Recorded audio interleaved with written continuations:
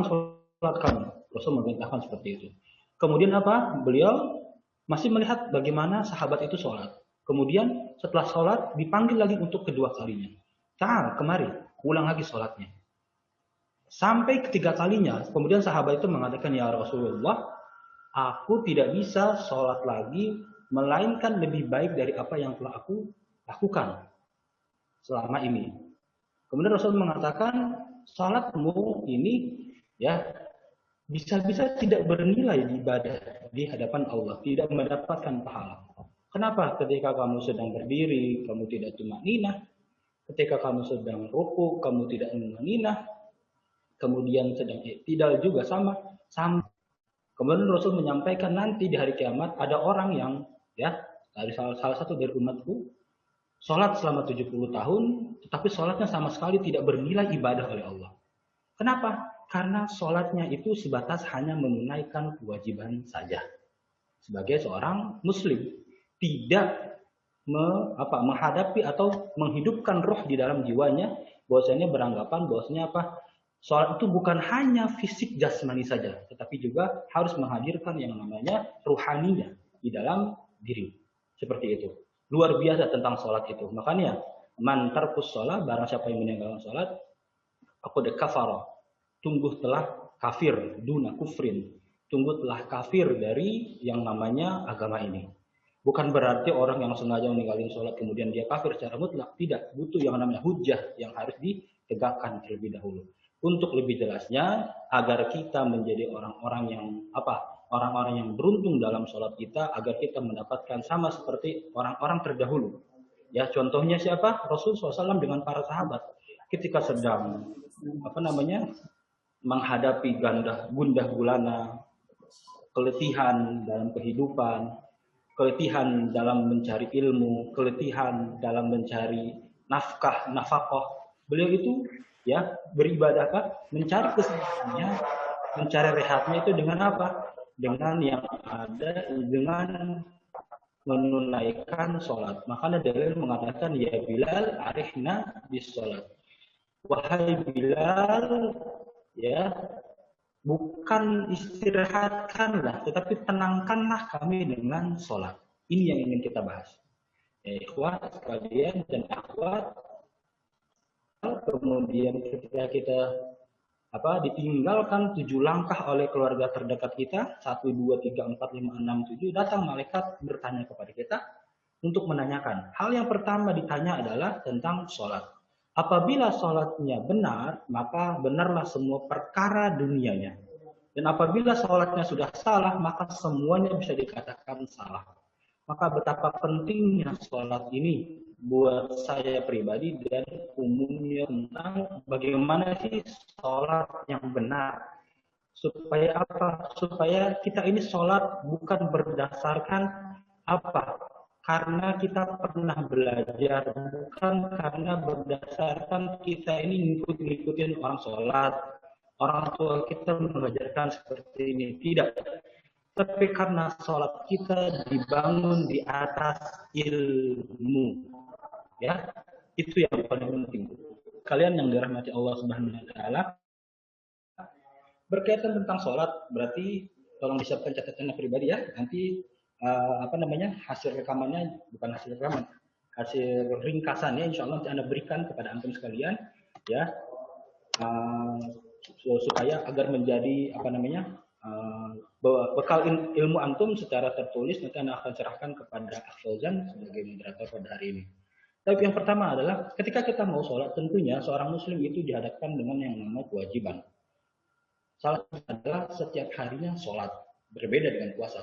Kalau puasa bisa kita tunaikan hanya setahun sekali. Kemudian syahadat sudah pasti kita bersyahadat karena kita seorang muslim dan muslimah. Kemudian zakat fitrah. Mungkin bagi kalian yang masih tinggal bersama orang tua masih belum membayar zakat fitrah ya, karena masih dibayarkan oleh kedua orang tua. Dan ada yang namanya haji. Nah, ketika berbicara tentang sholat, kita harus berbicara tentang yang namanya ilmu. Ilmu itu didapatkan dengan cara yang namanya mencari dari sumber-sumber yang jelas. Makanya para ulama mengatakan apa itu ilmu? Al ilmu itu apa? Isnadul qaul ila man qala. menisbatkan perkataan kepada siapa yang berbicara. Makanya ilmu itu dikatakan apa? Al ilmu qaulullah wa qaulur rasul. Ilmu itu adalah perkataannya Allah, firmannya Allah dan sabdanya Rasul Shallallahu Alaihi Wasallam. Jadi kalau ditanya ilmu itu apa Ustaz? Ilmu itu apa? Perkataannya Allah dan juga perkataannya Rasul. Memangnya ada zaman sekarang dua perkataan tersebut? Insya Allah ya kita masih dijaga oleh Allah sampai detik ini. Ya Al-Quran masih ada di depan kita, ya masih ada di dalam buku kita, dalam HP kita. Berarti apa? Ilmu itu masih ada di antara kita. Itu yang pertama. Kemudian yang kedua, yaitu adalah apa yang menjadi perkataan atau sabdanya Rasulullah SAW. Nah ini yang agak berat karena dibutuhkan yang namanya pendalaman lagi. Kenapa? Karena yang dikatakan dengan perkataan Rasul itu banyak juga yang dipalsukan. Jadi bukan hanya apa, juga bukan hanya elektronik yang dipalsukan, tapi juga berkaitan tentang agama. Banyak agama ini yang memasukkan agama kita seolah-olah berkata dari Rasul, padahal hakikatnya itu bukan dari Rasul. Nah, kalau Al-Quran dalilnya jelas, ya, inna nahnu nazzalna zikra wa inna lahu lahafizun. Al-Quran tidak pernah berubah sampai hari kiamat, ya. Al-Quran tidak akan pernah berubah sampai hari kiamat. Sedangkan hadis Nabi harus ada penelitian lebih dalam, ya. Kenapa Ustadz? Karena ada beberapa perkara-perkara yang memang apa yang namanya apa ya harus dipertanyakan keabsahannya, apakah benar atau salah. Contoh seperti ini, ya dalam hadis Rasul pernah ada orang yang mengatakan, Ustadz, katanya kalau orang yang mabuk, ya minum minuman keras, apapun mereknya ya, mau anggur merah dan lain-lain, katanya 40 hari sholatnya tidak diterima. Kalau gitu saya nggak usah sholat, Ustadz. Dari mana kalian mendengar ini? Kalau memang ini benar, berarti apa? Ada yang namanya penghapusan kewajiban kita dalam sholat selama 40 hari itu. Nah, ini harus dikritisi apakah benar dalil ini berdasarkan dari apa firman atau dari sabdanya Rasul. Ini karena kenyataannya banyak ya berkeliaran di antara kita semua ini ya ada hadis-hadis yang memang harus kita kritisi kebenarannya. Toyib, itu yang pertama, ilmu. Jadi sholat ini harus berdasarkan ilmu. Ilmu itu apa? Ilmu itu firman Allah dan sabdanya Rasul. Toyib, ketika kita ingin membuat atau menjadikan sholat kita sebagai tumpuan kita kelak di hari kiamat, ya, berarti sholat kita harus berdasarkan firman-Nya Allah dan juga sabdanya Rasul. Itu yang pertama. Kalau kita tarik benang dari A sampai Z, A-nya itu adalah Allah dan Rasulnya. Z-nya itu sholat kita bagaimana. Jadi, apalagi kalian adalah seorang mahasiswa dan mahasiswi, harus intelek. Ya, harus berpikir logikanya lebih dibandingkan orang-orang biasa yang tidak kuliah. Kok bisa sih? Kok bisa sih? Kok bisa sih? Aturan seperti itu. Banyak bertanya dan banyak bertanya. Seperti itu. Toyib. Berbicara tentang sholat. Yang pertama, Rasulullah SAW adalah kalau kalian sudah tahu semua ya bahwasanya sejarah mencatat Allah itu mewajibkan sholat ketika ada peristiwa Isra Mi'raj. Ya, itu yang pertama. Kemudian Allah mewajibkan sholat 5 waktu yang kita kenal dengan sholat apa? Satu, sholat subuh, kemudian sholat zuhur, sholat asar, maghrib, dan isya. Allah wajibkan itu. Dan kita ketika kita sudah dari kecil, kita sudah dari apa dilahirkan dalam keadaan seorang muslim dan muslimah, maka orang tua kita sudah mengajarkan kita sholat minimal 1 tahun sekali. Ya, minimal. Oh 1 tahun sekali ya Ustaz? Iya, sholat yang namanya sholat Idul Fitri dan sholat Idul Adha minimal. Tapi alhamdulillah kita masih sholat seperti itu. Ya, tetapi biasanya orang tua itu ya lebih selektif terhadap anak-anaknya. Jadi anak-anaknya itu sudah diajarkan tentang sholat, masukkan TPA dan lain-lain. Nah, bukan berarti kita sudah belajar itu mengatakan kita tuh sudah benar sholatnya. Bukan berarti seperti itu. Ini yang mau kita garis bawahi. Dan kita harus luruskan apa sih sholat yang benar. Ya, tadi kita sudah bahas tentang yang namanya sholat subuh, zuhur, asar, maghrib, dan isya. Sekarang ketika kita datang yang namanya panggilan Allah, Allahu Akbar, azan, ya kan? Ketika sudah azan, maka panggilan Allah itu harus segera ditunaikan. Ya, di dalam kitab yang namanya kitab Bulughul Maram, ya, penulis mengatakan salah satu kebaikan yang dosanya, yang pahalanya besar adalah menunaikan sholat pada waktunya. Ketika azan sudah berat, hal yang pertama adalah tentunya kita harus bersuci terlebih dahulu. Apa itu bersuci? Suci dalam bahasa Arab artinya tohara. Tohara ada dua, ya, secara rohani dan secara jasmani. Rohani itu apa? Suci dalam keadaan kita tidak melakukan perbuatan syirik, kita tidak melakukan perbuatan ya bid'ah, kita tidak melakukan perbuatan-perbuatan yang memang dilarang oleh agama. Itu suci secara rohani. Nah, secara jasmani, cara jasmani berarti kita namanya junub, ya kita mandi junub kita atau bagi perempuan yang dalam keadaan nifas sebelum sholat maka dia harus mandi besar dulu. Untuk apa? Untuk mengangkat hadasnya, raful hadasi, untuk mengangkat najis yang ada dalam dirinya supaya apa? Supaya dia bisa masuk kategori orang yang sudah apa? Sudah yang spesifik yaitu tohir, tohir, air yang suci dan mensucikan. Tohurun seperti itu. Ya, sebagaimana kalau berwudu dengan menggunakan air Coca-Cola. Air Coca-Cola kan halal, Ustaz, boleh diminum, boleh, ya. Tetapi tidak mensucikan dia. Seperti itu. Air teh kita belum berwudu, maka kita harus berwudu terlebih dahulu. Kalau dalam keadaan hadas besar, maka kita wajib mandi junub atau mandi besar. Seperti itu. Kemudian kita sudah yakin dengan wudhu kita, ya karena sekarang bukan pembahasan tentang taharah, kita membahas tentang sholat, jadi tidak telah itu diadakan. Ustaz, bagaimana dalam keadaan pandemi seperti ini? Apakah sholat jamaah juga tetap diadakan? Kita ikuti pemerintah kita dan kita ikuti ulama-ulama kita. Kalau ulama sudah membolehkan, pemerintah juga sudah membuka masjid, maka baru tidak pernah mendengar azan karena ketiduran. Itu yang salah bukan siapanya, kalian yang salah. Ya, bagi laki-laki karena berbadang kemudian tertidur, dia tidak mendengar azan waktu subuh, berarti saya tidak wajib sholat jamaah. Itu kalian yang namanya kebo lah ibaratnya seperti itu. Maka tetap kalau kita mendengar azan kita wajib ke masjid. Bagian apa? Kepada Abdullah bin Umi Maktum ketika beliau bertanya, wahai Rasulullah, aku adalah orang yang buta, aku adalah tua renta. Apakah ada rukhsah bagiku untuk sholat di rumah? Kemudian Rasul mengatakan, apakah asami'ta nida? Apakah kamu mendengar panggilan azan? Ya. Maka apa? Maka kata Rasulullah, kamu wajib mendengar azan. Wallahu a'lam bishawab. Jangan kalian tanyakan tentang mikrofon azannya, speaker azannya di mana Ustaz? Ya, zaman dulu juga Ustaz nggak terbayang bagaimana azan bisa terdengar dari jarak ratusan meter, sedangkan tidak ada yang namanya speaker. Jangan tanyakan itu. Tapi tanyakan bagaimana seorang yang buta, tua, renta masih wajib sholat. Itu yang penting.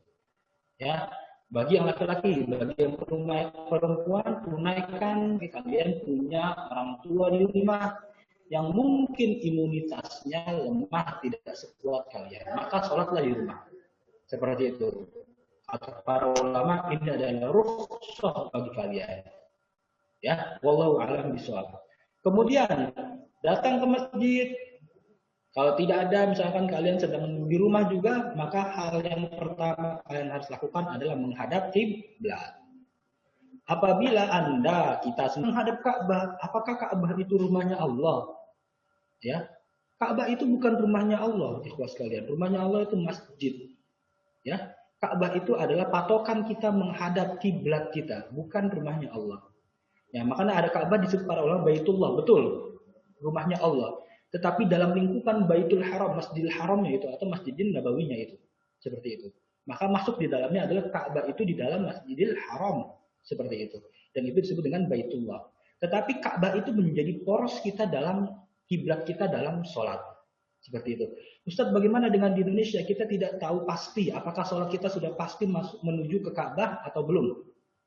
Oke, Kita sudah tahu kiblat kita ke Ka'bah, tapi kita tidak yakin bahwasanya arah salat kita adalah ke Ka'bah. Maka kata para ulama mengatakan boleh kalian itu berijtihad. Kalian lihat matahari di mana terbenam, ya itu berarti ke arah barat.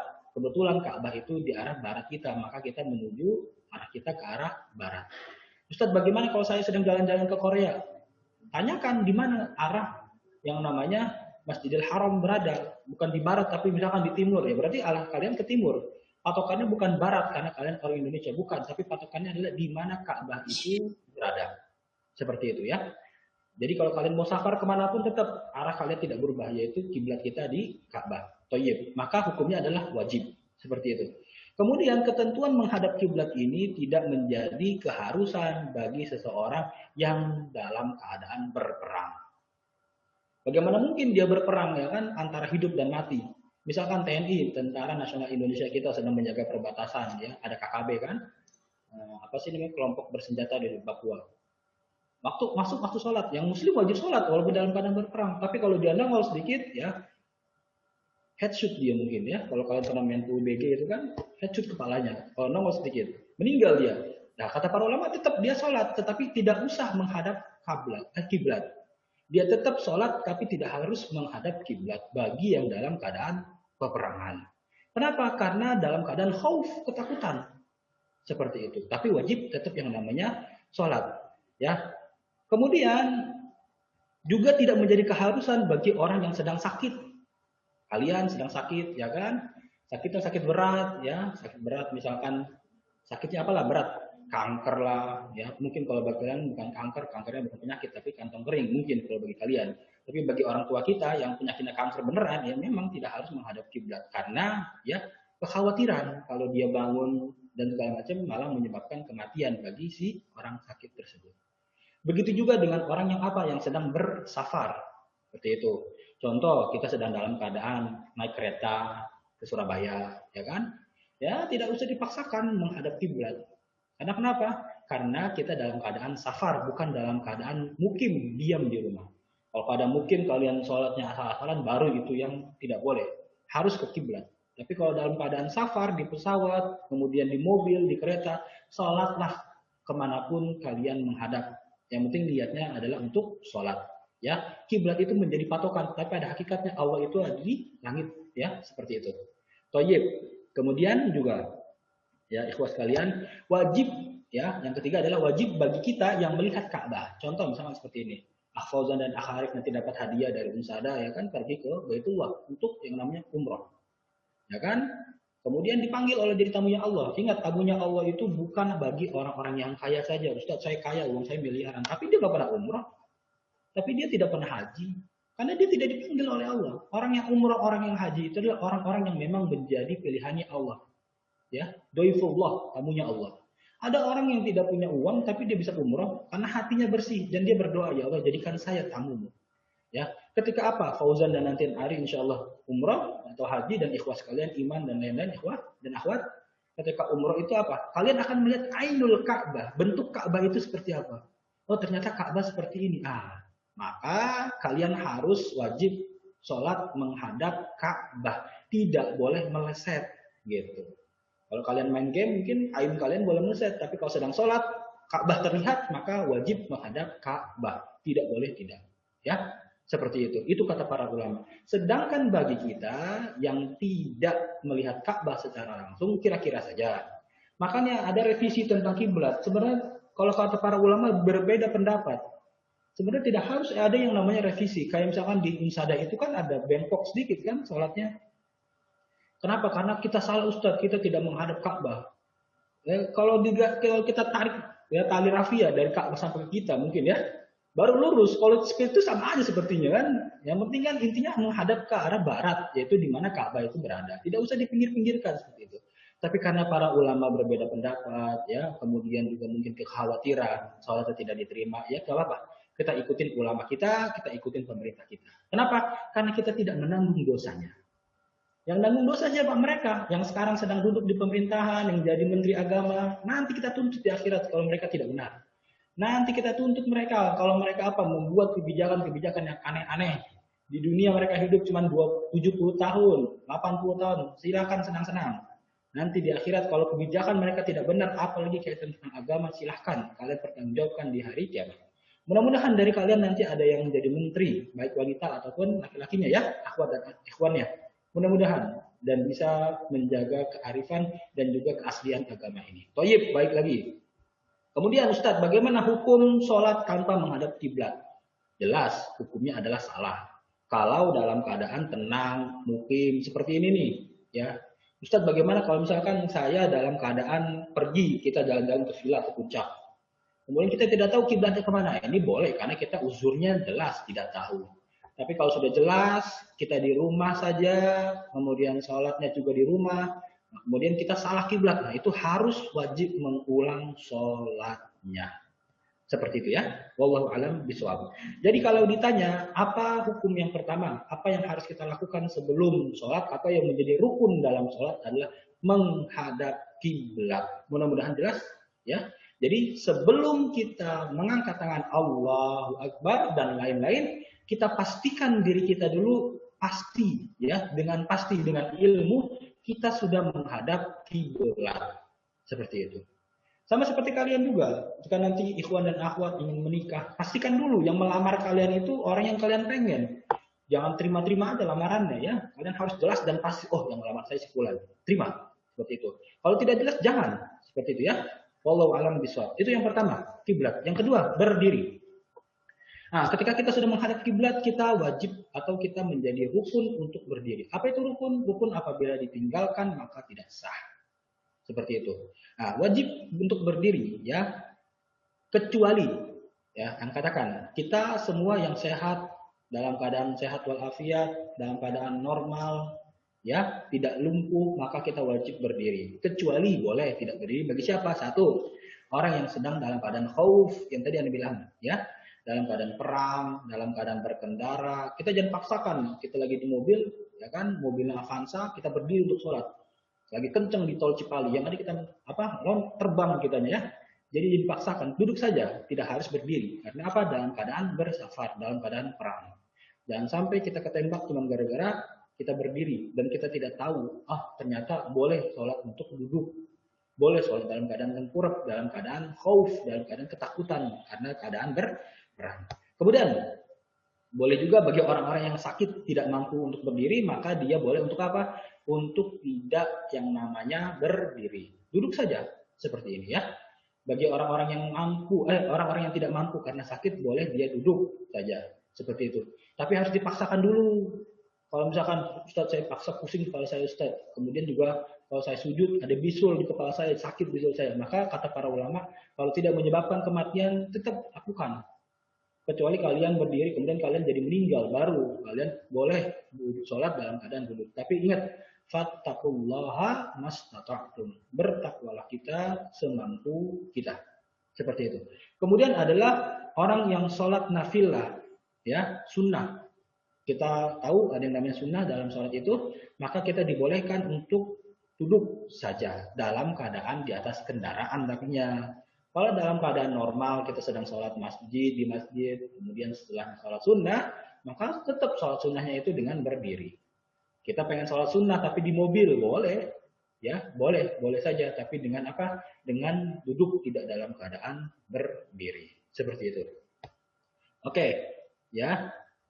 Kemudian ada larangan dari ulama adalah tidak boleh orang yang sholat sambil duduk meletakkan sesuatu yang agak tinggi di hadapannya sebagai tempat sujud. Akan tetapi cukup menjadikannya sujudnya lebih rendah dari rukuknya seperti yang kami sebutkan. Nah, jadi kata para ulama adalah apa? Kita tidak boleh duduk nih, ya kan? Kemudian meletakkan sesuatu yang agak tinggi di hadapan tempat sujud kita. Kebayang nggak ya? Mungkin nanti ya, Anda jelaskan bagaimana peragaannya mungkin ya. Mungkin yang nomor ini, poin yang ini mungkin nanti akan dijelaskan lagi secara rincinya melalui visual gambar lah. Seperti itu ya.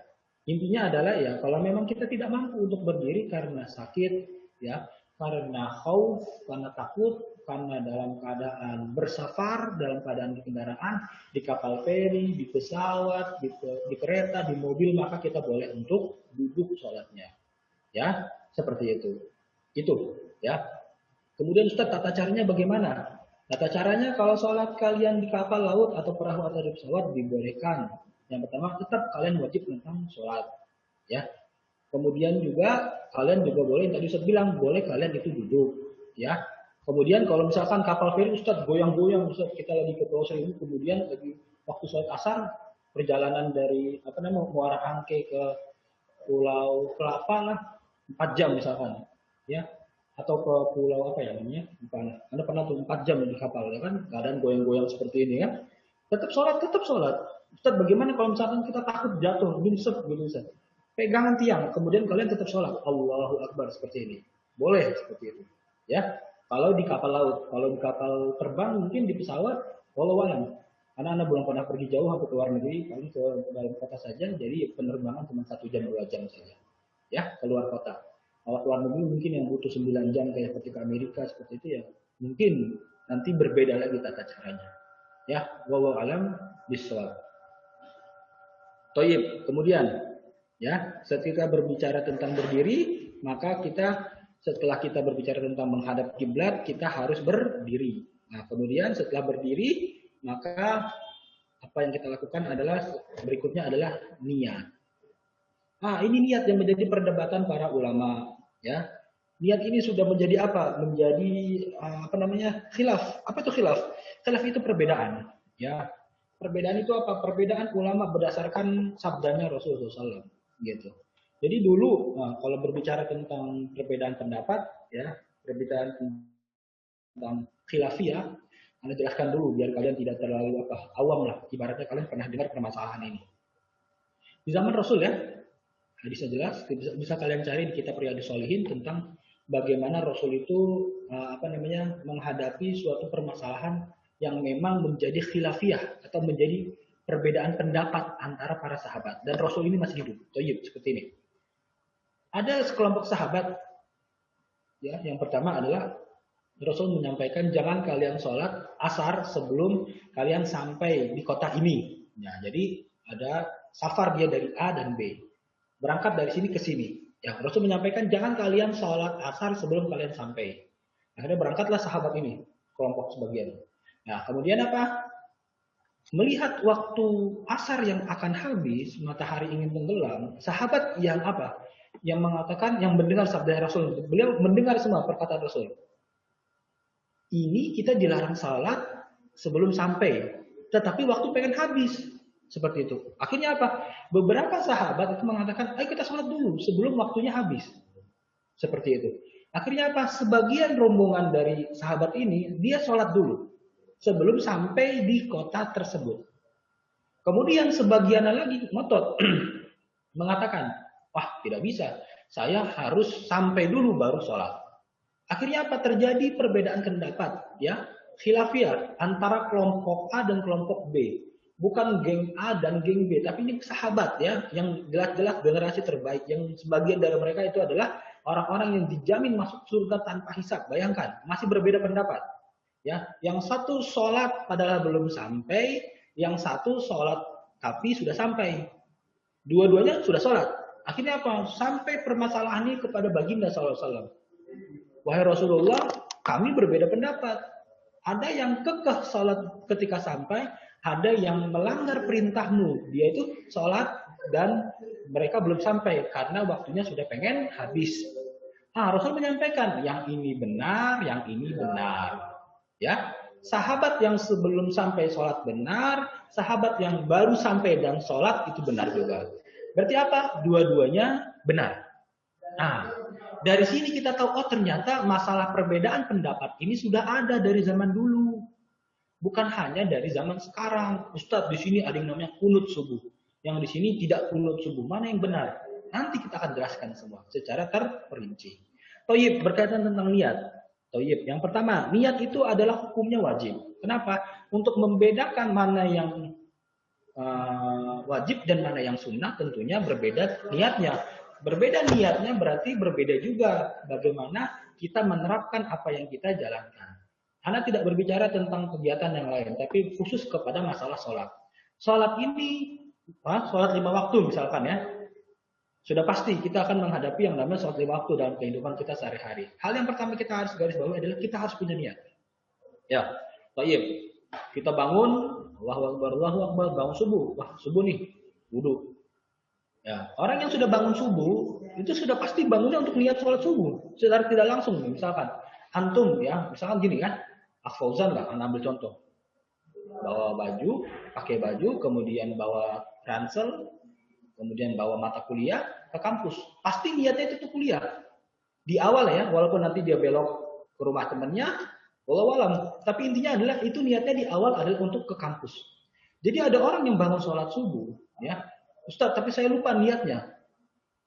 Tetap kalian sudah bangun sholat subuh, kalian berwudu, kalian cuci muka segala macam, menghadap kiblat itu sudah niat sebenarnya, ya.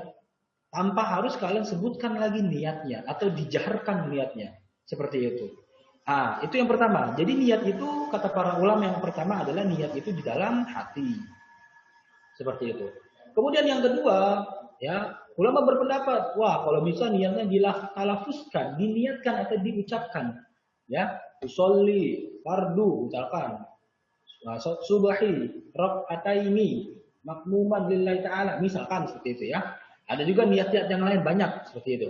Saya niat untuk menunaikan sholat fardu subuh 2 rakaat makmuman secara berjamaah lillahi taala karena Allah. Boleh kata para ulama, kalau memang kalian ditakutkan niat kalian berubah, maka boleh mengucapkan niat sebelum sholat seperti itu. Ya, tadi aja kejadian Fauzan tiba-tiba dia belok, berarti kan niatnya berubah. Terus dia balik lagi kampus, oh niatnya sudah kembali lagi. Sebelum masuk gerbang unsada, dia niatin lagi. Boleh? Kata para ulama, boleh. Kata para ulama mengatakan boleh. Untuk supaya apa? Memperbarui niatnya sebelum menunaikan sholat wajib.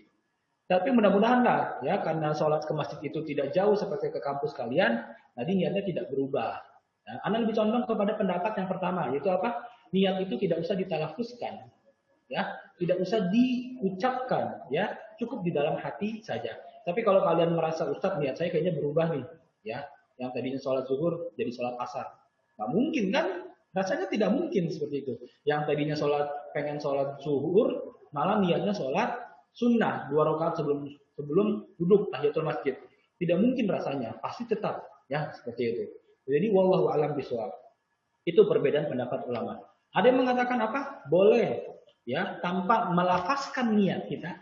Atau yang kedua, ya, dengan melafazkan niat kita untuk apa? Takkid, menekankan kepada kita benar kita ini melakukan sholat ini karena niat ini. Itu yang paling benar. Tetapi yang menjadi masalah adalah kalau kita fanatik buta. Ah, di sini nggak ada niat-niatan, langsung sholat aja. Tiba-tiba ya kan, kemudian Arif atau Arif jadi imam, nanti di masjid ada, ya kan, imamnya mengatakan apa? Qomat, kemudian istau wastaqimu, luruskan dan rapatkan. Kemudian imamnya tidak mengucapkan niat. Ah, ini imamnya aja nggak niat. Ngapain kita sholat di sini? Lah, ini namanya disebut dengan fanatik buta. Kita tidak boleh fanatik buta. Apalagi antum orang yang intelek, ya, ikhwan dan akhwat, ya. Tidak boleh fanatik buta. Bagi kalian yang pengen sholat, yang memang niat imamnya mengucapkan niat, biarkan.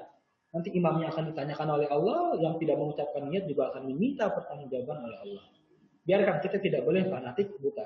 Yang mengucapkan niat itu boleh, yang tidak mengucapkan niat juga boleh. Dua-duanya boleh. Ya, kita harus yang namanya legowo, tidak boleh saling mengklaim. Kalau kita yang paling benar, soal kita yang dinilai. Gimana caranya? Orang kita sholat aja juga tidak dikasih nilai setelah salam, betul? Kecuali setelah kita salam, malaikat ngotok-ngotok rumah kita, nih sholat kalian nilainya sekian. Kan enggak seperti itu. Makanya jangan terlalu fanatik buta, jangan terlalu keras di dalam perbedaan masalah pendapat. Kalau memang ada pendapat yang salah, baru kita diskusikan mana yang lebih baik. Wallahu a'lam bishawab. Yang pertama adalah menghadap kiblat. Kita yakinkan diri kita menghadap kiblat, kemudian kita berdiri dengan tegak, kemudian yang ketiga adalah dengan niat. Seperti itu. Dalilnya apa? Innamal a'malu binniyat. Sesungguhnya amalan-amalan, ya, seseorang, ya, antum semua dinilai itu apa? Dinilainya karena niatnya. Bukan karena apanya? Bukan karena bagusnya ibadah. Contoh seperti ini, ya. Yang paling gampang lah, ya. Misalkan dalam keadaan antum berorganisasi, ya. Antum akan dinilai oleh Allah itu, ah ini Kata malaikat nanti di hari kiamat dibuka semua takbirnya. Ini orang organisasi pengen cari yang namanya portofolio saja nih. Supaya nanti pengen melamar kerja, oh banyak organisasinya. Mungkin seperti itu. Tapi yang tahu itu kan hanya malaikat dan Allah, hal yang gaib. Sedangkan kita harus memperbarui niat kita dan yakin bahwasanya sholat kita ini memang karena Allah Jalla Jalaluh. Baik. Masuk yang keempat, yaitu adalah takbir. Baik ya. Takbir. Dengan apa? Dengan Allahu Akbar. Dalilnya adalah miftahus shalat at-tahurun wa tahrimuha at-takbir wa tahliluha at-taslim. Kunci dari salat itu adalah bersuci. Kemudian apa? Wa tahrimuha itu adalah takbir Allahu Akbar. Baik. Takbir itu artinya apa? Tahrim, melarang atau mengharamkan semua kegiatan, ucapan apapun selain bacaan dan kegiatan atau gerakan-gerakan sholat. Makanya ketika sudah takbir Allahu Akbar, kalian tidak boleh melakukan hal apapun. Contoh garu-garu. 1, 2, imamnya panjang. Batuk disengaja. Nah, ini bukan bagian dari sholat. Ya, ini bisa menyebabkan batal sholat kita. Ketika kalian sudah takbir Allahu Akbar, berarti apa? Hal-hal yang di luar sholat selesai. Ustadz, bagaimana di sebelah saya ada orang sholat, kemudian dia lupa matikan ringtone-nya Ustadz. Kemudian ringtone-nya adalah misalkan goyang dumbang, kita nggak tahu apakah boleh mematikan. Nah ini juga jadi masalah di kita. Ya, jadi antum yang SKMI, yang Unsada, yang ikhwah dan akhwat, pengurus, ya kan, ingatkan lagi ya supaya sebelum masuk ke dalam masjid matikan ringtone-nya. Mau lagunya Avenged Sevenfold, terserah apapun. Kalian harus matikan dulu sebelum masuk ke dalam masjid supaya apa? Khusyuk dan tidak melakukan gerakan-gerakan dan perkataan di luar sholat. Seperti itu. Ya, kenapa? Karena takbir itu menjadi pengharaman ucapan perbuatan di luar ucapan dan gerakan sholat. Kemudian salam, assalamualaikum warahmatullah, assalamualaikum warahmatullah. Itu tahlil, itu pembukanya. Kalian boleh ngobrol setelah itu. Kalian boleh main HP, kalian boleh berzikir, wajib berzikir, sunnah berzikir, gitu ya. Jadi apa? Kunci dari sholat itu adalah tohara, kemudian adalah yang mengharamkan ya, start poinnya adalah takbir dan finish poinnya adalah salam. Seperti itu. Ya. Kemudian apa? Tidak boleh mengeraskan suara takbir semua, ya. Tidak boleh mengeraskan suara saat takbir di semua sholat kecuali jadi imam. Ini juga banyak yang salah di kita, ya. Terkadang kita sholat takbir, imam takbir, Allahu Akbar, terdengar jelas karena imam itu harus didengar suaranya. Makanya di Masjidil Haram itu atau Masjidil Nabawi Istiqlal itu ada dua, ya. Ada yang namanya di belakang imam itu dia menguatkan takbir imam, kemudian dia menguatkan Allahu Akbar. Nah, kalian kalau misalkan di Istiqlal itu ada. Jadi ada di belakang imam itu makmumnya mengeraskan suara imam dan itu memang dibolehkan oleh para ulama. Kalau masjidnya besar, kalau di Unsada masjidnya cuma ya besar juga tapi nggak terlalu besar, janganlah. Karena orang imam juga sudah mendengar suara imam gitu. Para jamaah sudah mendengar suara imam dan tidak boleh mengeraskan, cukup kita saja yang mendengar, ya Allahu Akbar, ya cukup kita saja yang mendengar. Jangan sampai satu jamaah, satu belakang kita, samping kanan kiri kita mendengar semua. Ya, seperti itu. Jadi cukup hanya kita yang mendengar saja. Ya. Kemudian makmum tidak boleh takbir kecuali jika imam selesai takbir. Nah, ini juga menjadi permasalahan, ya. Takbirnya imam adalah takbirnya kita. Ya, contoh misalkan seperti ini. Ada beberapa tempat kita nih di sebagian musola-musola kita, ya. Imamnya belum takbir, dia sudah takbir duluan. Loh, salah ini. Ya, kalian sholat berjamaah, ju'ilal imamu liyutamma bihi. Imam itu dihadirkan atau ditunjuk untuk apa? Untuk ditaati. Jadi kita tidak boleh takbir sebelum imam itu takbir. Kita tidak boleh ruku sebelum imam itu ruku. Kita sebelum imamnya belum selesai bacaan sholat, dia sudah yang namanya melepas tangan.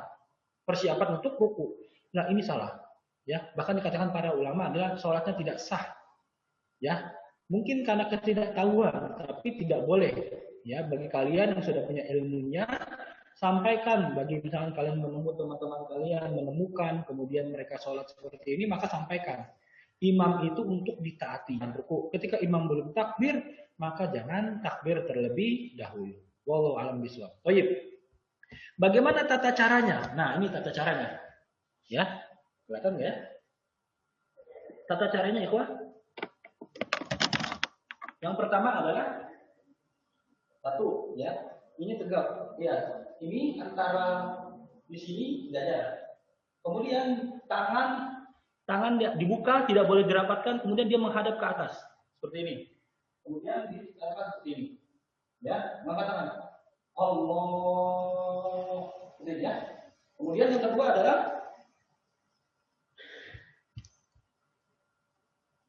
ada mengatakan seperti ini. Dia tepat di kuping dulu, tidak melebihi kuping. Ya, dia tidak tepat atau tidak boleh melebihi kuping. Jadi dua. Yang satu di sini, ya, yang satu di kuping seperti itu.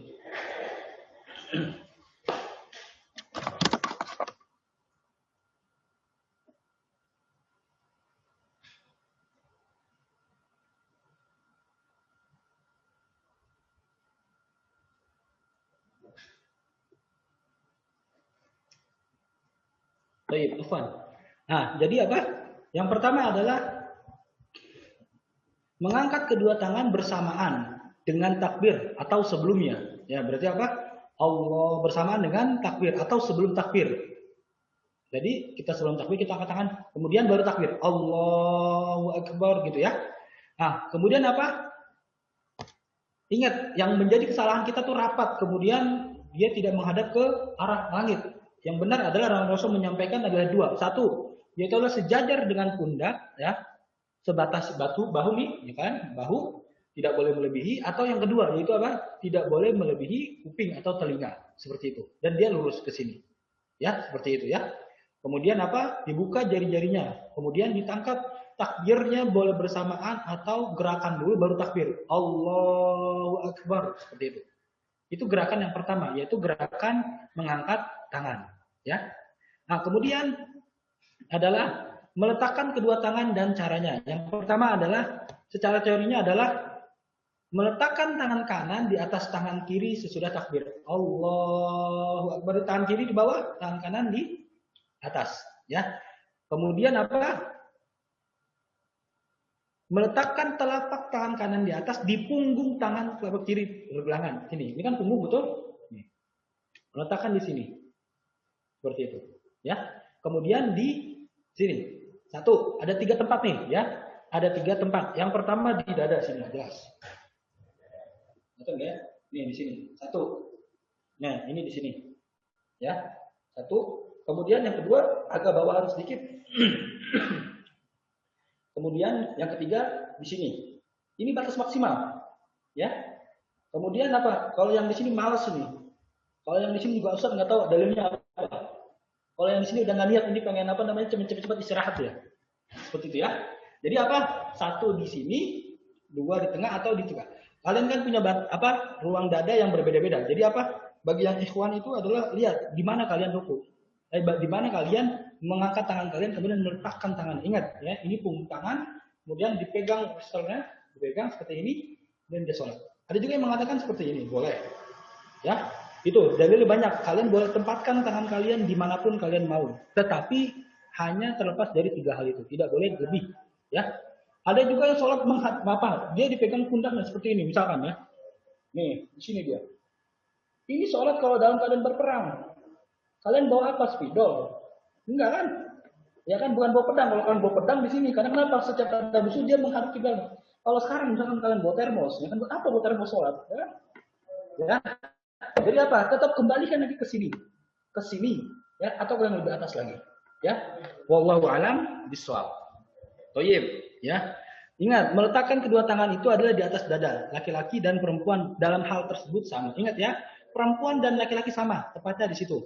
Ya, tidak boleh terlalu bawah. Ada juga orang yang sholat kadang-kadang sholatnya kok seperti itu ya, megang perut dia, mungkin kelaparan mungkin ya, atau kedinginan dia.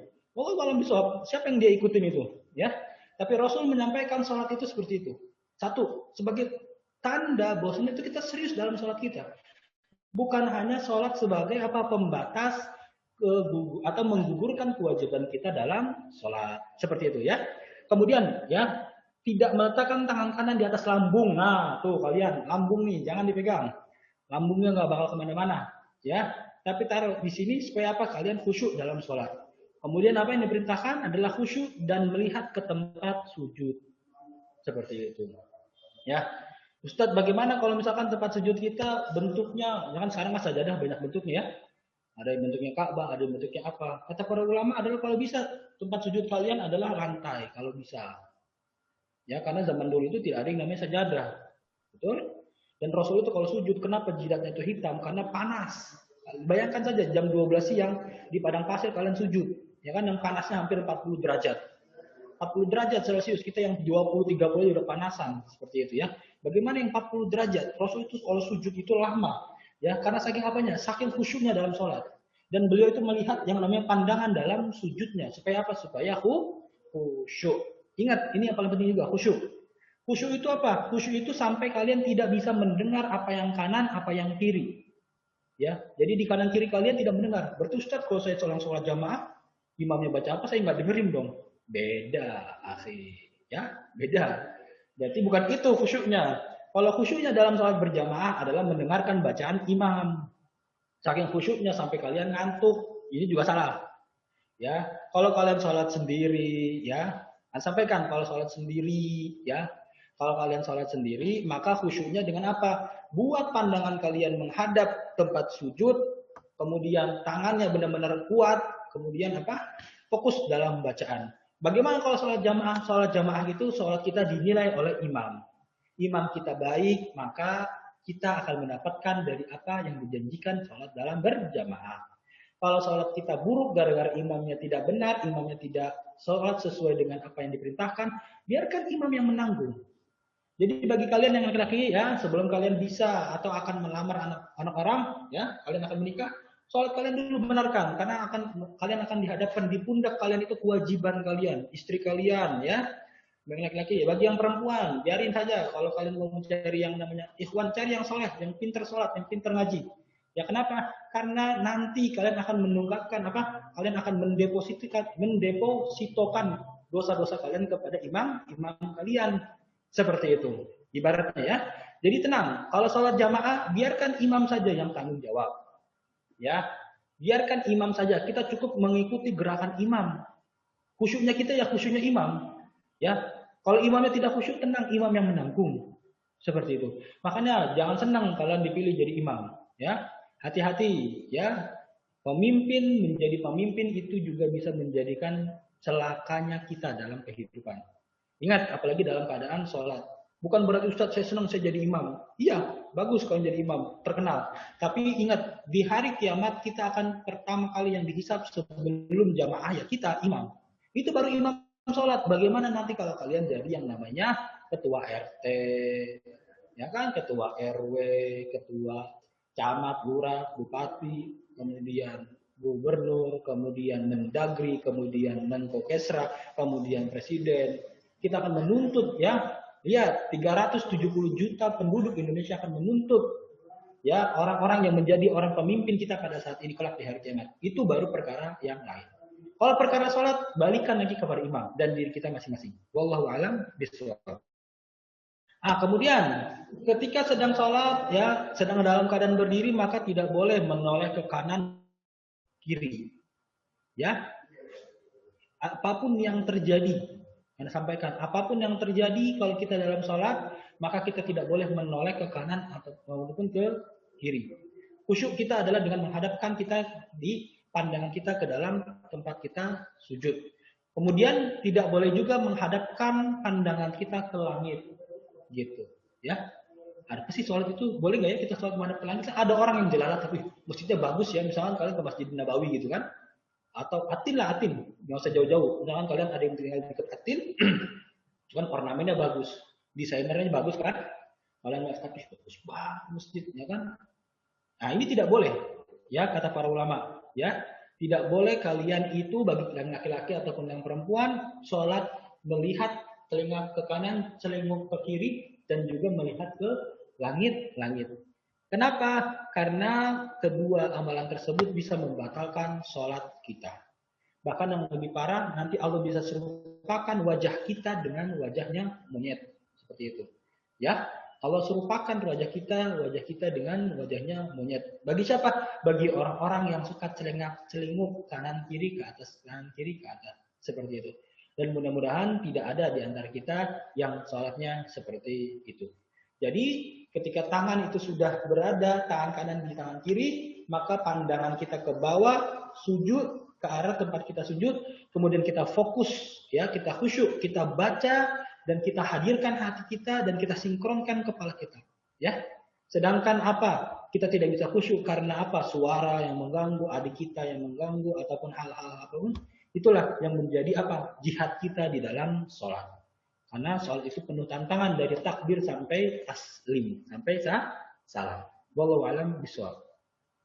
Nah, kemudian setelah itu adalah doa iftitah. Ya. Apa itu doa iftitah? Ya, doa iftitah yang kita ketahui bersama bahwasanya itu doa yang kita baca sebelum kita masuk dalam bacaan-bacaan yang lain. Rasul menyampaikan subhanakallahumma wa bihamdika wa tabarakasmuka wa ta'ala jadduka wa la ilaha ghairuka. Mungkin nanti Anda akan sampaikan ke Arif ini doa-doa yang harus dihafalkan pada setiap anggota SKMI dan wajib distorkan. Nanti Anda sampaikan ke Arif supaya kalian itu, ya, nanti kan Arif juga akan bertanggung jawab di hadapan Allah. Bagaimana kamu mengatur SKMI? Ya kan, kamu ketuanya periode sekian.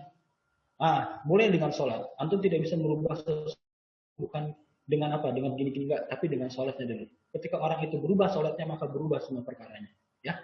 Jadi nanti Anda akan kasih ke Arif bacaan-bacaan sholat, pilih, kemudian kalian hafalkan dan artinya.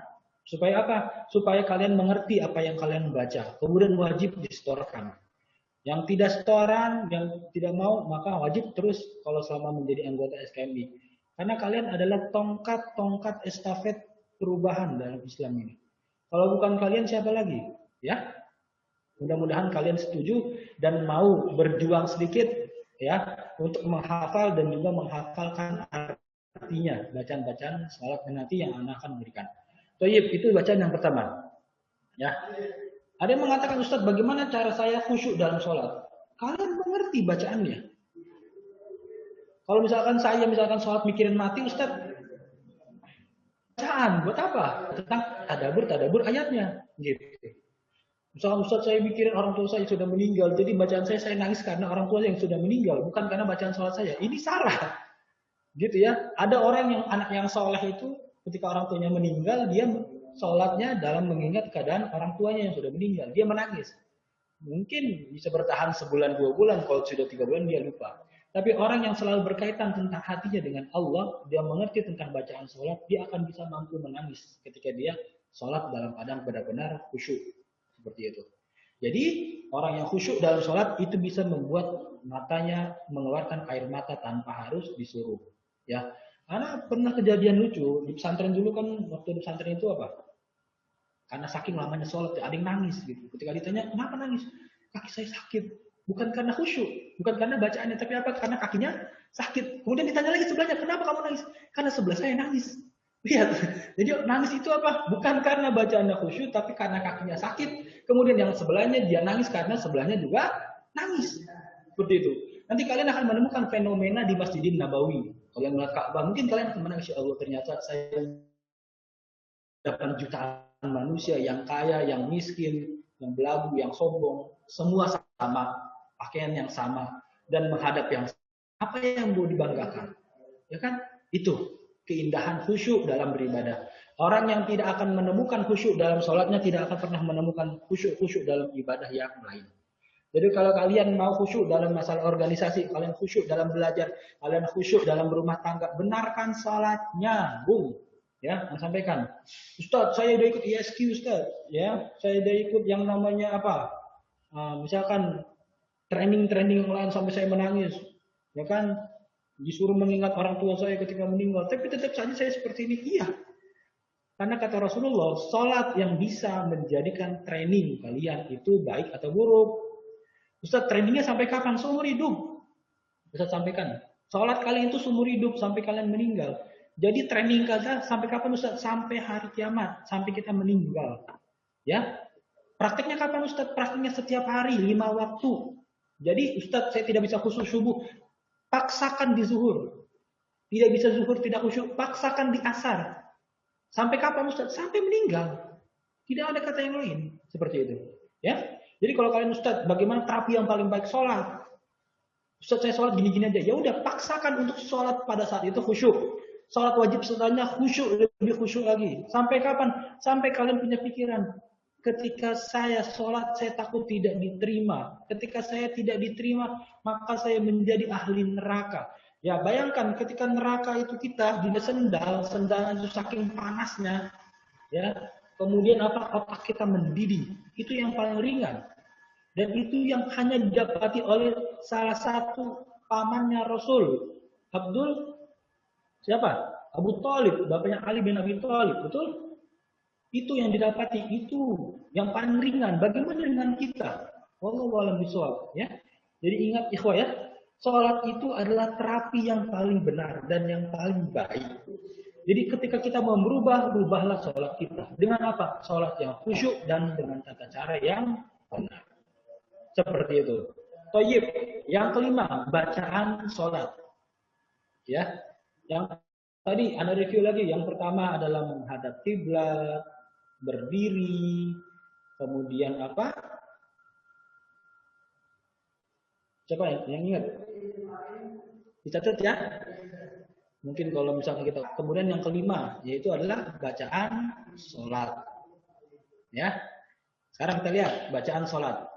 Nanti saya lagi ingatkan Anda ya, Anda akan memberikan selembaran kertas yang isinya doa-doa sholat, ada bacaan Arabnya dan ada artinya, dan itu wajib dihafal. Kemudian disetorkan nanti ke penanggung jawabnya, insya Allah ke Arif, dan disampaikan ke beliau, ya bisa menghafal artinya dan bahasa Arabnya dengan baik dan benar. Sebagai nanti pertanggungjawaban di hadapan Allah. Minimal antum semua itu sudah berusaha membenarkan sholat, baru membenarkan yang namanya kegiatan-kegiatan yang lain. Itu yang paling penting. Sudah 23 tahun tapi nggak bisa sholat. Sudah 25 tahun tapi sholat nggak benar. Sudah 24 tahun tapi zikir nggak bisa. Sudah 24 tahun tapi Allahu Akbar juga nggak paham maknanya. Apa yang kita kerjakan? Ya, itu yang harus menjadi pertanyaan buat kita. Ya, toyib. Bacaan yang pertama adalah ta'awuz. Kenapa ta'awuz? Setelah kita sholat, ya, takbir, kemudian kita baca doa iftitah, kemudian kita berta'awuz. Ta'awuz ini maknanya penting sekali ikhwah. Kalau kalian tahu, ya.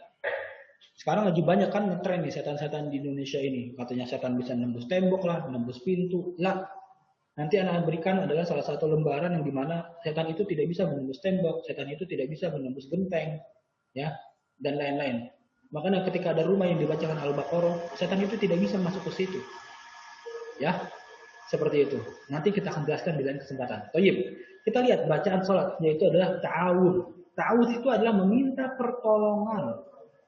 Oleh siapa? Oleh Allah. Bayangkan yang melarang kita, yang mengganggu kita, yang apa? Yang membisikkan kita adalah makhluk yang tidak terlihat. Ya, makhluk yang tidak terlihat. Saya pernah lihat jin Ustaz, saya pernah lihat bentuknya. Ya, tapi apakah mereka mengganggu? Biasanya enggak. Mereka cuma duduk di atas pohon, main ayunan, ketawa-tawa, betul? Kemudian pocong dia loncat-loncat mereka. Justru yang mengganggu adalah jin. Yang apa? Yang kita dalam sholat ini, kita sedang takbir, kita lagi sholat, tiba-tiba mikirin, waduh, dari A sampai Z keluar semua. Dan ini dibutuhkan yang namanya apa? Perlindungan. Tidak ada yang bisa melindungi kita dari hal-hal yang gaib, melainkan perlindungannya Allah Jalla Jalaluh. Makanya apa? Orientasinya adalah kenapa kita menyebutkan ta'awuz sebelum Al-Fatihah? Karena apa? Supaya kita dijaga oleh Allah dari makhluk-makhluk yang tidak terlihat. Bisikan kuping kanan, bisikan kuping kiri. Itu dihadang oleh Allah Jalla Jalaluh. Seperti itu. Jadi apa? Membaca ta'awuz. Salah satunya adalah a'udzubillahi minasyaitonirrajim min hamzihi wa nafthihi wa nafthihi. Nanti Anda akan berikan juga ke Arif.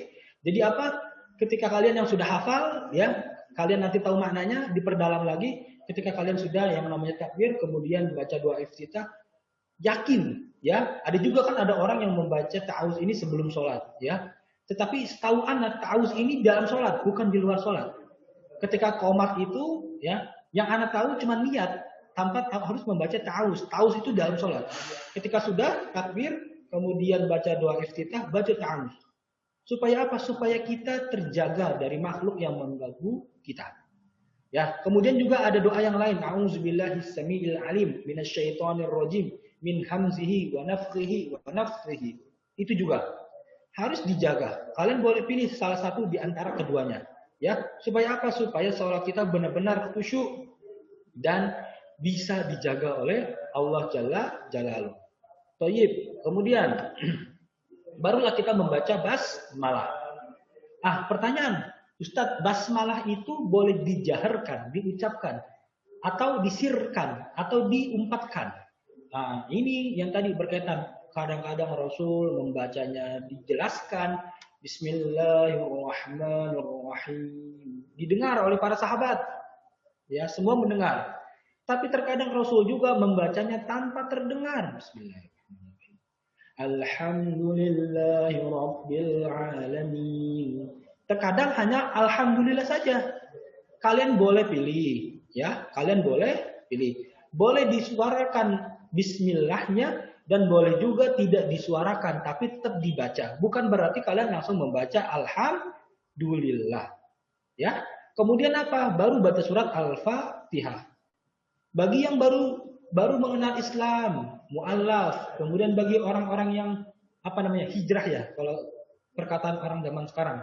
Apa Ustadz, saya nggak hafal bacaan Al-Fatihah. Bacanya apa? Bacanya subhanallah, walhamdulillah, wala ilaha illallah, Allahu akbar, wala haula wala quwwata illa billah, Allahu akbar. Seperti itu. Kalau dia tidak mampu dan belum punya hafalan sama sekali. Seperti itu. Ya. Kenapa Ustadz harus membaca bacaan dalam sholat? Karena sholat itu sifatnya tauqifiyah. Apa itu tauqifiyah? Tauqifiyah itu adalah terhenti ketika adanya dalil. Contoh seperti ini, ya. Kenapa kita sholat subuh 2 rakaat, tidak 4 rakaat, Ustadz? Karena Rasul menyampaikannya 2. Kalau Rasul menyampaikannya 4, kita sholat 4 rakaat. Tapi karena Rasul menyampaikannya 2, maka kita sholatnya hanya 2 rakaat. Seperti itu. Itu disebut dengan tauqifiyah. Jadi membaca Al-Fatihah itu adalah tauqifiyah. Barang siapa manlam, ya, barang siapa manlam yaftah bi Fatihatil Kitab, ya, barang siapa yang tidak membaca Al-Fatihah dalam sholatnya, maka la sholata fiha, maka tidak disebut orangnya sholat. Jadi ingat, sholat subuh 2 rakaat. Rakaat pertama baca Al-Fatihah, rakaat kedua Al-Fatihah. Kemudian zuhur 4 rakaat. Rakaat pertama, rakaat kedua, rakaat ketiga, keempat, Al-Fatihah 4. Kemudian asar juga 4, maghrib 3, kemudian Isya 4. Masing-masing membaca Al-Fatihah. Bagaimana dengan sholat jamaah? Kalau sholat jamaah berbeda pendapat kata para ulama. Al-Fatihahnya imam, itu Al-Fatihahnya kita. Ya. Ustadz, bagaimana kalau misalkan ya kita ragu dengan bacaan Al-Fatihahnya imam? Makanya kata para ulama, kalian boleh membaca Al-Fatihah, tapi jangan sampai mengganggu jamaah sebelah. Ada ya, anak mungkin yang merasakan antum belum, di beberapa tempat sholat jamaah itu Al-Fatihah sebelahnya lebih kencang dibandingkan suara imamnya. Bismillahirrahmanirrahim. Alhamdulillah. Padahal imamnya lagi baca. Ini tidak boleh karena mengganggu jamaah sebelahnya. Ya. Jadi apa, ingat dalilnya adalah Fatihahnya imam adalah Fatihahnya kita. Sedangkan Fatihahnya kita, kalau kita sholat sendiri, maka itu hukumnya adalah rukun. Kalau ditinggalkan, sholat kita tidak sah. Wallahu a'lam bishawab. Ya, nanti kalian sudah belajar tentang yang namanya tahsin setiap pekan untuk yang ikhwan, ya, Selasa dan Jumat. Nanti insya Allah akan selalu diingatkan lagi membaca Al-Fatihah dengan benar. Bagi yang akhwat juga ada pengajarnya, tolong ditekankan lagi kepada bacaan Al-Fatihah. Kenapa? Karena kalau Al-Fatihahnya tidak benar, maka apa yang mau dinilai dari sholatnya? Seperti itu. Ya, Al-Fatihahnya juga panjang pendeknya salah, kemudian juga huruf-huruf makharij dan hurufnya salah. Apa yang akan dipertanggungjawabkan di hadapan Allah? Pantaslah kita 70 tahun sholat kita tidak diterima. Orang Al-Fatihahnya juga tidak benar. Gitu. Apa yang mau dinilai? Kata para malaikat, ini bocah tanggung. Sholatnya benar, Al-Fatihahnya enggak. Gitu. Ya, malaikatnya juga bingung nyatetnya. Makanya apa? Sama-sama dibenarkan. Ya, Antum yang ikhwan tanggung jawab ana pribadi. Bagi yang akhwat nanti disampaikan kepada ustazahnya supaya lebih ditekankan surat Al-Fatihahnya dan surat-surat juz 30-nya. Ya, kita seorang muslim dan kita harus bangga dan kita harus bisa Al-Fatihah. Kenapa? Karena sholat kita tidak lepas dari yang namanya surat Al-Fatihah. Wallahu alam biswab. Nah, kemudian ya, bacaan sesudah Al-Fatihah adalah bacaan surat-surat yang lain yang kalian tahu. Ya, seperti itu. Ustaz, bagaimana kalau saya tahunya cuma dua, qul huwallahu ahad sama qul a'udzu birabbin nas? Baca itu tidak masalah. Tidak jadi masalah. Ya. Ada juga para sahabat yang hanya bacaan suratnya apa? Qul huwallahu ahad saja. Kenapa? Karena dia cinta dengan yang namanya surat qul huwallahu ahad saja. Tapi dengan membaca qul huwallahu ahad, apa dia bisa menangis? Ya. Terkadang imamnya baca satu juz, kita juga menangis. Kenapa? Karena menangis tidak tahu arti dan menangis karena kepanjangan.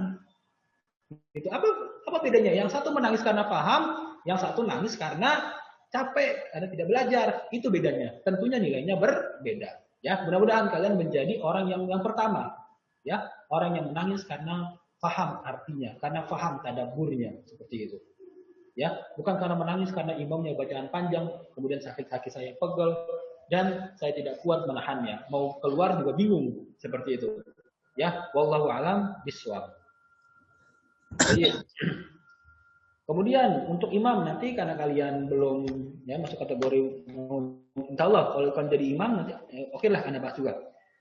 Bagi kalian yang nanti jadi imam di rumah jangan perpanjang bacaan kalian, lihat jamaahnya. Ya, misalkan Anda sudah jadi imam, kemudian jamaahnya antum nih yang laki-laki semua sama yang akhwat. Orang udah belajar agama semua, Anda panjangan satu juz nggak jadi masalah. Kalian mau batuk-batuk, kalian mau apa pura-pura kamar mandi terserah. Sebagai apa? Bimbab kita latihan bacaan panjang. Gitu. Tapi kalau belakang kalian ada jamaah masjid, orang yang baru kenal Islam, baru hijrah, ini imam bacaannya jelek, kemudian apa? Sholatnya panjang, apa? Nanti orang malah malas berjamaah. Ya, malah menjadi fitnah dan ini tidak boleh. Ya, seperti itu. Bacalah sesuai dengan apa? Sesuai dengan kemampuan makmum kita, bukan kemampuan imam. Kecuali kita nih makmum nih, kemudian kita mau lihat, Ustaz, saya mau sholat di sini Ustaz, itu kalian yang salah. Kalian yang salah milih masjid, gitu. Ya, kalian juga tidak boleh menyalahkan imamnya sudah dari jauh-jauh hari. Para jamaah sekalian, kalau di masjid ini sholat tarawihnya satu juz. Jadi kalau yang tidak berkenan atau yang punya hajat, silakan sholat di tempat yang lain. Sudah diingatkan. Nah, tetapi dia ngotot lah, jangan ngotot dia untuk sholat di situ. Akhirnya apa? Dia kedapatan satu juz dalam satu sholat itu. Akhirnya dia marah-marah sendiri. Ini yang salah kita, bukan salah imamnya. Ya, tapi bagi imam adalah imam yang baik dan yang benar, yang tidak menjadi fitnah bagi orang lain. Baca dengan bacaan yang pendek dan yang menyenangkan para jamaah. Tapi jangan setiap hari juga bacaan pendek sampai kita tua bacanya itu aja. Lihat juga momennya ya. Ya terkadang Ustaz, sholat musola di saya cuma bacanya itu aja juz 30 aja. Senang saya Ustaz. Iya, tapi bacanya tidak menambah khusyuk kita. Gitu. Ya, tapi tidak apa-apa. Ya, tergantung imamnya saja. Kalian ikuti saja, mudah-mudahan itu yang terbaik di hadapan Allah. Karena yang kita cari adalah kualitas, bukan kuantitas. Ya, yang kita cari adalah kualitas bacaan, bukan kuantitas. Ingat, itu yang kita cari. Baik, Ustaz, bagaimana kalau misalkan saya mau bacaan yang panjang, saya mau baca nih, saya sudah setoran sama Ustaz satu juz, saya mau baca semua. Baca di sholat malam, ya, baca di sholat tahajud sendiri, gitu. Jangan tahajudnya kalau cuma mau nge-push rank doang, ya. Jangan cuma begadangnya cuma push rank doang, main PUBG, main Mobile Legends dia begadang sampai mitik ya. Karena mana bisa tahu ya, ini juga pernah muda lah seperti kalian ya. Jangan habiskan waktu kalian untuk itu. Ada acara di kampus, main gitar, segala macam, subuhnya susah, ya. Boleh begadang, tapi nanti ada sholat lailnya. Ya, seperti itu jauh lebih baik dibandingkan kita menghabiskan waktu-waktu kita untuk hal-hal yang tidak bermanfaat. Seperti itu. Ya. Kemudian, ikhwal, membaca Al-Quran juga harus dengan tartil. Apa itu tartil? Tartil itu adalah satu, meresap di hati, kemudian hukum-hukumnya benar, kemudian kita mensinkronkan dengan yang namanya khusyuk di hadapan kita. Seperti itu ya. Kemudian Ustadz, bagaimana kalau membenarkan bacaan imam? Nah, ini juga sebenarnya kalau imamnya salah, yang paling berhak membenarkan adalah orang yang ada di belakangnya. Seperti itu. Dan orang yang paling belakang yang membenarkan. Ya, kalau imamnya salah-salah terus, ya udah biarkan saja. Biarkan imamnya memutuskan apakah harus berhenti kemudian ruku atau mengganti dengan surat yang lain. Wallahu alam bishawab. Baik, itu yang kelima. Kemudian yang keenam adalah ruku. Ya, nah, ruku juga masalah penting ini. Ya, ruku juga salah satu apa kata Rasulullah, ketika kalian ruku maka kalian harus tumak ninah. Tumak ninah khusyuk dalam artian seperti itu. Maka khusyuk adalah ruku adalah bila kita selesai membaca membaca Quran dalam sholat, kemudian apa? Maka kita diam sebentar untuk menarik nafas agar bisa teratur. Contohnya gimana? Misalkan kita baca surat, misalkan ya surat Qul huwallahu ahad lah. Walam yakul lahu kufuwan ahad. Ditahan dulu, baru kita ruku. Jadi salah satu sunnah tuh yang apa? Kita menahan dulu supaya apa? Nafas kita teratur, baru kita ruku. Jangan sampai misalnya gini.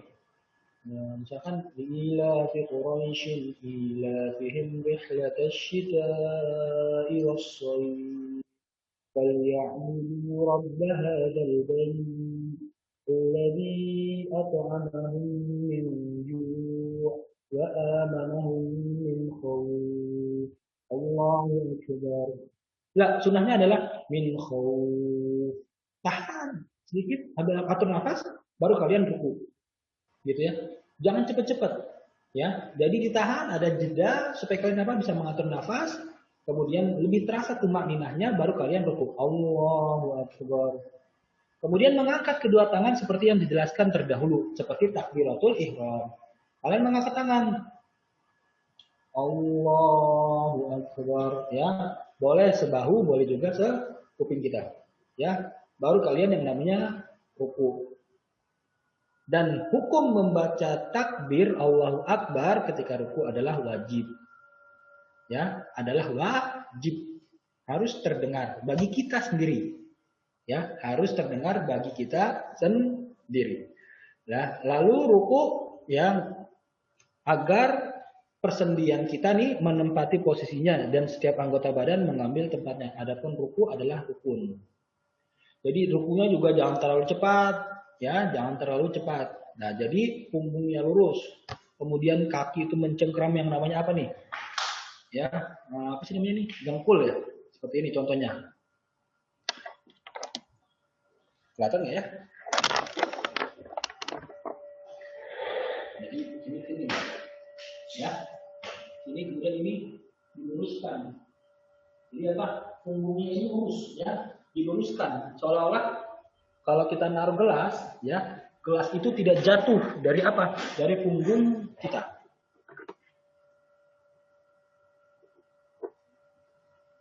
Jadi apa kata para ulama adalah khusyuk itu harus yang namanya benar-benar persendian kita itu apa? Benar-benar secaranya kembali kepada tempatnya. Kemudian tangan kita itu mencengkram, ya, mencengkram apa namanya nih? Dengkul ya. Dengan apa? Dengan sekuat tenaga. Seolah-olah kita apa? Seolah-olah kita sedang menjadikan pondasi dalam ruku kita. Kemudian apa? Rukunya itu rata ketika apa namanya? Air ditaruh di sini, dia itu tidak jatuh. Gitu. Karena apa? Seimbang dia. Itu menunjukkan ruku kita itu sudah sempurna. Ya. Kemudian apa? Jari itu direnggangkan, jangan dirapatkan ya. Jari itu direnggangkan seolah-olah menggenggam kedua lutut kita. Dan itu semua hukumnya adalah wajib.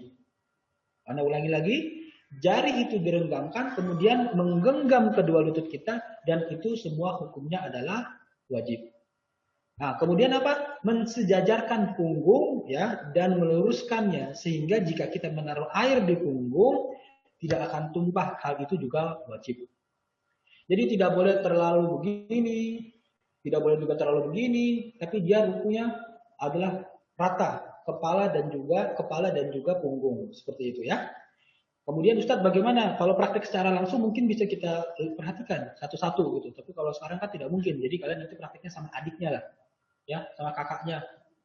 Dek, lihat dek, punggungnya kakak sudah lurus belum gitu. atau sama bapaknya atau sama ibunya. Seperti itu ya. Karena hukumnya adalah wajib. Ya, perhatikan, tangan kita mencengkramnya dengan kuat, punggung kita lurus, kemudian baru, ya. Tidak merendahkan kepala dan tidak pula mengangkatnya, tapi disejarkan dengan punggung. Jadi kepala dengan punggung itu sejajar. Ya, kemudian mengucapkan subhana rabbiyal azim. Ya, berapa kali? Ada yang mengatakan satu pun boleh asal tumak nina. Ya, subhana rabbiyal azim. Satu boleh, tiga boleh, atau lebih pun boleh. Sampai kapan Ustaz? Sampai kita itu khusyuk, sampai kita itu dapat feel-nya. Sampai kita dapat segala puji bagi Allah yang Maha Agung. Sampai kita dapat feel-nya. Dibolehkan seperti itu. Tapi kalau sholatnya sendiri, kalau sholatnya jamaah, ikutin imamnya. Kita khusyuknya imam. Imam tidak khusyuk ya, kita juga tidak khusyuk. Jadi jangan sembarangan ya. Imam itu adalah patokannya, bukannya kita kalau sholat berjamaah. Ya, seperti itu. Maksud sunnah ya untuk menyamakan panjangnya rukun dengan panjangnya berdiri. Misalkan kita baca yang namanya surat Al-Baqarah, ya 2 juz setengah, hampir 3 juz. Kira-kira ya 1 jam lah, 1 jam setengah lah, 1 jam lah berdiri. Enggak juga sih, setengah jam lah kalah. Enggak, 1 jam lah. Kita berdiri 1 jam, berarti ruku kita sunnahnya adalah sejam juga. Ya, itu sunnahnya. Kalau misalkan bacanya cuma pendek Ustaz, ya berarti juga rukunya juga pendek, tapi dapat yang namanya tumak ninah. Ya. Kemudian, Ustaz boleh nggak baca Quran ketika ruku dan sujud? Tidak boleh. Tidak boleh membaca selain bacaan dalam yang sudah diajarkan. Subhana rabbiyal azim. Kalau dalam ruku. Kemudian apa setelah ruku? Ada yang namanya i'tidal. Apa itu i'tidal? Bangkit berdiri dari ruku. Mengangkat punggung dan ruku dari ruku, dan ini adalah hukumnya rukun. Kalau ditinggalkan sholat kita tidak sah. Dan saat i'tidal mengucapkan sami Allahu liman hamidah. Semoga Allah mendengar orang-orang yang memujinya. Yang memujinya. Dan hukumnya adalah wajib.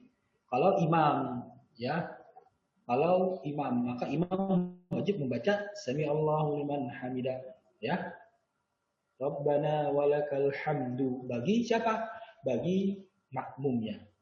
Kemudian mengangkat kedua tangan saat tidak seperti takbir yang dijelaskan terdahulu. Berarti ruku, pengen ruku ngangkat, ya. Kemudian iktidal juga ngangkat, ya, gitu. Kalian tanyakan, ada yang mengatakan boleh atau tidak, tapi Anda di sini ya lebih condong kepada mengangkat. Pengen ruku angkat, setelah ruku juga angkat. Sama seperti kalian pengen yang namanya takbiratul ihram. Lalu berdiri dengan tegak dan tenang, sampai tenang dulu ya, jangan cepat-cepat. Tegak dan tenang sampai seluruh tulang menempati posisinya. Ya, sampai benar-benar kita yakin ini posisi berdiri kita, baru kalian boleh mengatakan apa? Boleh mengatakan atau berpindah kepada yang lain. Ya. Kemudian mengucapkan saat berdiri Rabbana walakal hamdu. Ya. Dan saat i'tidal mengatakan sami Allahu liman hamidah.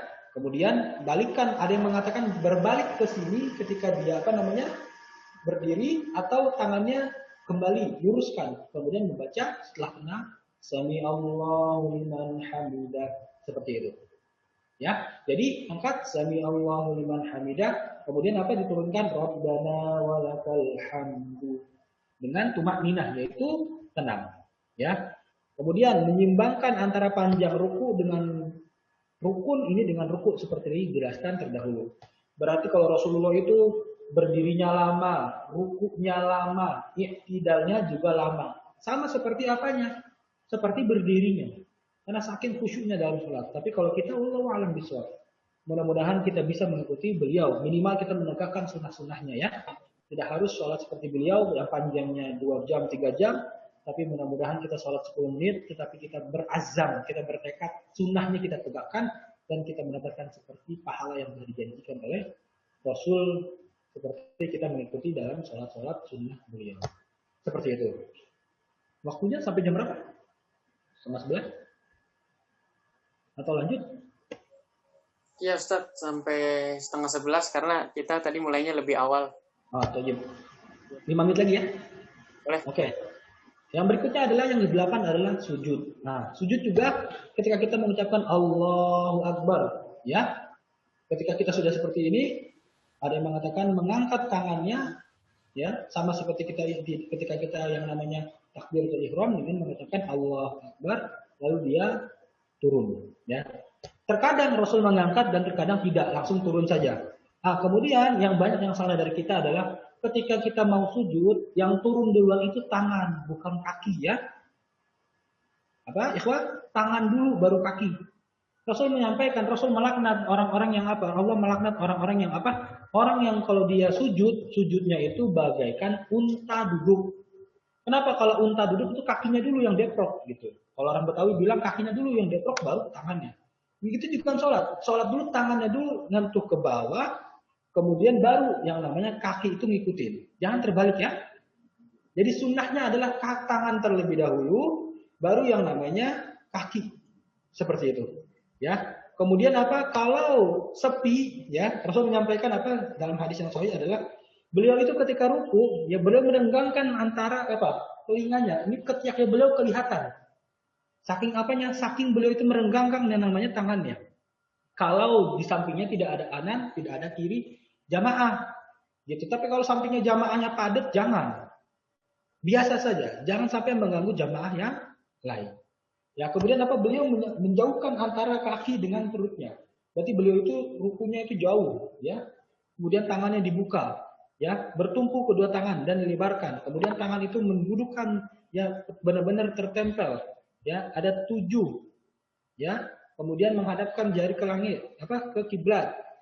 Kemudian merapatkan kedua tangan sejajar dengan bahu, ya. Nanti kita akan jelaskan tentang bagaimana tata cara apa sujud yang benar supaya kalian punya ilmu dan kalian yakin sujud kalian itu di atas ilmu, bukan berdasarkan ngikut-ngikutin orang ataupun hal yang lainnya. Mungkin itu saja dulu ya yang bisa saya sampaikan berkaitan tentang apa kegiatan atau kewajiban-kewajiban dan rukun-rukun kita dalam sholat yang mudah-mudahan mudah dipahami dan mudah-mudahan antum bisa praktekkan. Jadi bukan hanya sebatas teori yang Anda sampaikan, ya mudah-mudahan Anda berharap sekali antum bisa mempraktekkan khususnya buat Anda pribadi sebelum antum dan umumnya buat antum sekalian supaya bisa mempraktekkan. Jadi kita pending dulu sampai bab ke-7 yaitu ke-8 yaitu sujud. Nanti insya Allah kalau misalkan ada waktu lagi dan lain kesempatan kita akan membahas bagaimana tata cara sujud yang disampaikan yang telah diajarkan secara mutawatir kepada kita. Bila taufiq wal hidayah. Alhamdulillahirabbil alamin. Anda kembalikan kepada moderator, silakan Fauzan. Baik, Ustaz, kalau khairan kasiran kepada Ustaz Haris yang telah menjelas apa namanya, yang telah menyempatkan dirinya untuk hadir di agenda SKMI ya, yang berjudul sudah benarkah salatku gitu. Dan sebelum masuk ke sesi tanya jawab ya Ustaz, Ana lupa memperkenalkan diri antum Ustaz. Izin ya teman-teman. Soalnya tadi pas di awal harusnya ya. Izin Ana share screen ya. Sebentar ya. Sebelumnya kelihatan nggak teman-teman?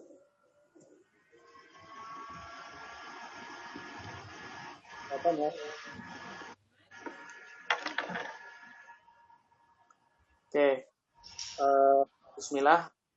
Jadi kita ya Ustaz Abdul Haris yang mengisi agenda pada hari ini gitu. Beliau bernama ya Abdul Haris Fadilah dan lahir di Jakarta pada 2 Juni tahun 1992 yang beralamat beliau tinggal ya beralamat di Jalan Bentar dan 2 RW 6 ya nomor 6 Cipayung Cipayung 1 ya siapa tahu dari kalian ada yang deket gitu rumahnya Riau bisa lah main-main ya cuma lagi mungkin ditunda dulu. Oke lanjut Riau dan dari Haris ya dari beliau itu SD IT Bekasi kalau SMA itu Albina IBS Bekasi SMA IT adalah advokasi, kuliahnya yaitu D2 ITER dan Teknik Lipia Jakarta, dan S1-nya yaitu Syariah Lipia Jakarta, cabang Universitas Imam Riyadh, Saudi Arabia. Lalu berikut ya pengalaman mengajar beliau yang luar biasa gitu ya, pengajar Al-Quran keluarga di Tibet gitu. Lalu bayaran lama di Wahyudi gitu ya tahun 2016, pengajar Al-Quran di SQL, pengajar tahsin dan tahfidz Tokoh Masjid Sada ya 2016 sekarang yang ikhwannya. Lalu pengajar tahsin, tahfidz dan dirasa ya di PT Rose Zona Alam Jakarta Timur dari tahun 2016 sampai sekarang. Pengajar privat juga di Tuman Koda, Alim dan Perumahan Angkam 2016 sampai sekarang. Pengajar di Lembaga Tafakuh Institut Jakarta di Jakarta Selatan 2018-2020. Pengajar di Lembaga Institut Modern Bahasa Arab dan Quran di 2020 sampai sekarang. Status ya, beliau sudah dan memiliki 2 putri. Berikut juga ada nomor HP beliau dan email. Baik, mungkin itu ya dari perkenalan Ustadz kita gitu pembicaraan hari ini. Semoga karena pepatahnya tuh tak maka ta'aruf gitu. Ya, itulah. Ya. Oke. Setelah itu ya kita ada sesi tanya jawab. Buat teman-teman semua yang ingin bertanya baik lewat mic ya, silakan dinyalakan mic-nya, dan bila ada yang mau bertanya lewat chat silakan ditulis pertanyaannya lewat chat. Untuk saat ini kesempatan kali ini ya kita buka 2 pertanyaan, 1 ikhwan 1 akhwat. Buat teman-teman semua dipersilahkan yang ingin bertanya.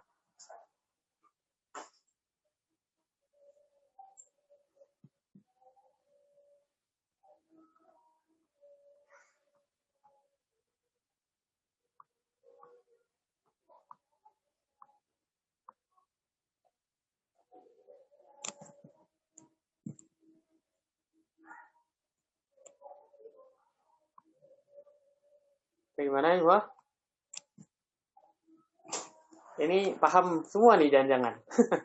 Udah paham dengan materinya.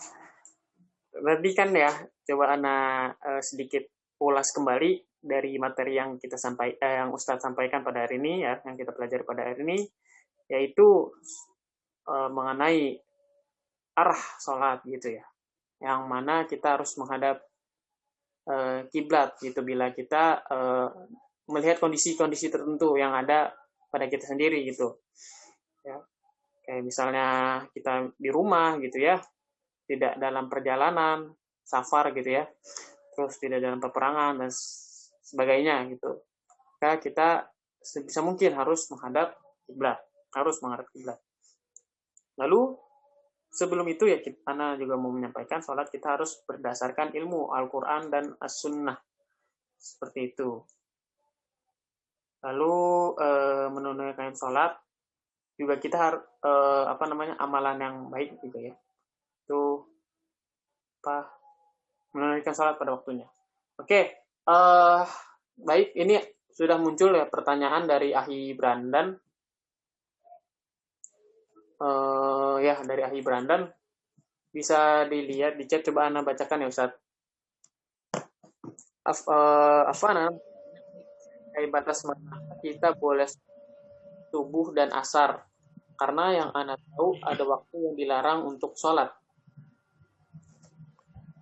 Seperti itu. Ada lagi dari dia ya,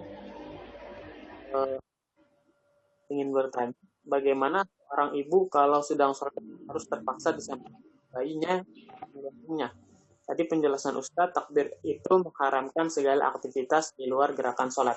Baik, mungkin bisa dijawab Ustadz. Baik. Untuk pertanyaan yang pertama adalah sampai batasan itu ya, waktu-waktu di mana dilarang untuk sholat taib. Waktu sholat subuh itu adalah di mana munculnya walas. Walas itu adalah cahaya putih yang muncul di ufuk timur. Ya, maka kita harus untuk menunaikan sholat subuh seperti itu. Dan batas akhirnya adalah syuruk seperti itu. Syuruk itu adalah batas di mana kita menunaikan sholat subuh kita. Tapi bagaimana Ustadz kalau misalkan saya kesiangan, maka tetap mewajibkan kita sholat subuh. Ya, bangun tetap sholat subuh di jam kita bangun. Seperti itu. Ya, dan juga di sholat subuh itu ada larangan untuk sholat. Ya, setelah sholat subuh tidak boleh melaksanakan sholat apapun. Tidak boleh kita sholat sunnah setelah subuh, ba'diyah. Itu haram hukumnya. Sampai kapan? Sampai matahari benar-benar terbit. Waktu syuruk itu. Syuruk muncul, kemudian setelahnya kita sholat yang namanya sholat syuruk. Kemudian nanti muncul lagi sholat duha. Sholat duha itu sampai kapan? Sampai 15 atau 10 menit sebelum matahari tepat di kepala kita. Jadi matahari tepat di kepala kita, tepat di atas kita bisa melihat, itu maka diharamkan untuk yang namanya sholat. Ya, sholat apapun, kecuali sholat tahiyatul masjid. Sholat duha, sholat sunnah, yang lain tidak boleh. Kemudian apa? Ketika matahari sudah tergelincir sedikit, itu masuk sholat, waktu sholat zuhur. Sampai kapan sholat zuhur itu? Sholat zuhur itu adalah sampai nanti yang namanya matahari itu membuat bayangan 2 kali lipat. Kalau bayangannya belum sampai 2 kali lipat, nah kemudian sudah 2 kali lipat lewat sedikit, maka kita boleh menunaikan sholat asar. Nah, setelah sholat asar ini ya, setelah sholat zuhur kita boleh yang namanya sholat itu tidak waktu terlarang sampai sholat asar. Ya, kemudian setelah sholat asar tidak boleh yang namanya melaksanakan sholat sunnah apapun. Sampai apa? Sampai matahari terbenam. Seperti itu. Ya, matahari sudah terbenam, baru kita melaksanakan yang namanya sholat maghrib. Setelah sholat maghrib, bolehkah sholat? Boleh, sampai menunggu isya. Seperti itu. Ya, setelah isya, ya ikhwah, masuknya perubahan waktunya adalah masuknya kita melihat dari yang namanya langit itu berwarna merah, menandakan isya itu telah masuk. Bagaimana? Kalau zaman sekarang sepertinya tidak mungkin. Kenapa? Karena sudah terlalu banyak cahaya dan kita tinggal di perkotaan. Mungkin kalau kita tinggal di pedesaan yang minim cahaya, kita di hutan, kita bisa melihat langit itu berwarna merah disebabkan oleh bintang, gitu. Ya, kata para ulama seperti itu. Tapi kalau tidak bisa, berarti kita cukup taat kepada yang namanya pemimpin kita. Pemimpin kita akan menentukan kapan masuk waktunya berdasarkan ilmu astronomi atau ilmu kebintangan lah, seperti itu. Ya. Kemudian sholat isya itu batasnya adalah di dalam kitab Bulughul Maram, bisa kalian searching, ya, kitab Bulughul Maram, ya, di dalam babus sholat, babul mawaqit sholat, bab sholat-sholat, itu batasnya adalah sampai jam 12 malam atau tepat di tengah malam. Ya. Kalau jam 12 siang adalah tepat di siang hari, kalau jam 12 malam adalah tepat di malam hari. Maka itu adalah batas waktu sholat isya. Ini direvisi ya bagi ikhwah dan akhwat yang mengatakan bahwasanya Ustadz saya punya anggapan sholat itu ya berakhir ketika sholat lain itu masuk waktunya. Tidak, untuk sholat isya tidak. Untuk sholat isya batas akhir waktunya adalah kapan? Sampai jam 12 malam tepat matahari atau tepat jam 12 malam. Itu maka masuk atau akhir waktu sholat isya ditunaikan. Selebihnya adalah itu adalah tidak masuk sholat isya. Hukumnya seperti itu. Kemudian sholat subuh itu yang tadi sudah Anda jelaskan. Ya, Ustadz, bagaimana dengan sholat tahajud? Sholat tahajud lebih baiknya dengan tidur terlebih dahulu, tetapi lebih juga boleh, ya, boleh juga tanpa yang namanya tidur terlebih dahulu. Tapi lebih baik dengan tidur terlebih dahulu. Bagaimana dengan sholat-sholat yang ada di malam di bulan Ramadan? Itu berbeda. Karena waktunya dan keutamaannya tentunya berbeda. Kalau bulan Ramadan, ya memang kita punya yang namanya kekhususan sendiri dalam malam harinya Ramadan tersebut. Karena sunnahnya adalah menghidupi atau menjalani sholat-sholat di dalam malam-malam bulan Ramadan itu tersebut. Wallahu a'lam bishawab. Kemudian untuk pertanyaan yang kedua dari Akh Diha, bagaimana seorang ibu yang menggendong bayinya. Sedangkan takbir itu adalah mengharamkan segala aktivitas yang di luar sholat thayyib. Ya, kata para ulama adalah kalau ada anak kecil, ya, ini berbeda pendapat. Ada rukhsah di dalamnya. Dulu Rasul SAW, kalian bisa lihat di dalam kitab Bulughul Maram juga dicek bahwasanya Rasul itu pernah apa? Pernah didatangi oleh salah satu cucunya, yaitu Hasan dan Husain. Ketika beliau itu sedang sholat, ya. Kemudian apa? Ketika beliau sedang sholat, Hasan Husain itu naik ke badan Rasul SAW. Kemudian ketika beliau sujud, beliau naik seolah-olah naik kuda-kudaan di pundaknya Rasul SAW. Kemudian apa? Rasul tidak buru-buru untuk apa? Berdiri, tidak buru-buru untuk apa? Untuk supaya meninggalkan serta melarang cucu-cucunya beliau. Sampai anak-anak cucunya beliau itu turun, kemudian baru beliau melanjutkan sholatnya. Dan mensegerakan dan mempercepat gerakan sholatnya. Seperti itu. Nah, itu yang pertama. Jadi kalau ketika ada anak kecil, ada anak bayi, balita yang sedang menangis, maka kita harus mensegerakan sholat kita, menyelesaikannya. Ya, karena adalah hukumnya tidak mungkin orang bisa khusyuk. Seperti itu. Kata Rasulullah, dibolehkan kata para ulama berdasarkan hadis tersebut, maka diperbolehkan untuk mensegerakan sholatnya. Yang kedua, kalau bagi ibu-ibu sekalian atau bapak-bapak yang sudah memiliki anak, kemudian sang anak itu menangis dan harus digendong, maka nanti ada yang namanya gerakan-gerakan dalam sholat yang memang telah diajarkan para ulama untuk sholat dalam keadaan menggendong si bayi. Seperti itu. Ya, nanti mungkin anak akan share ya ke Fauzan atau ke Arif nanti bagaimana sih tata cara sholat bagi ibu-ibu yang sedang memiliki balita atau bapak-bapak nih yang dititipi oleh ibunya, istrinya, anak. Maka bagaimana tata cara sholatnya itu nanti saya akan share supaya kalian tahu oh ternyata sholatnya seperti ini. Nah seperti itu. Tetapi bagi orang-orang yang tidak punya uzur ya bukan anak kecil, bukan anak dia juga. Kecuali anaknya ditinggalin gitu. Wah anak siapa nih? Ya dia juga harus menggendong. Tapi kalau bukan anak dia, kemudian ada emaknya di situ, ada bapaknya, biarin aja. Kita sholat tetap pada koridor kita, yaitu apa? Sesuai yang menjadi tuntutan apa? Sesuai tuntutan sholat yang dituntut kepada kita. Wallahu a'lam bishawab. Itu sudah diajarkan, nanti anak akan share caranya. Ya.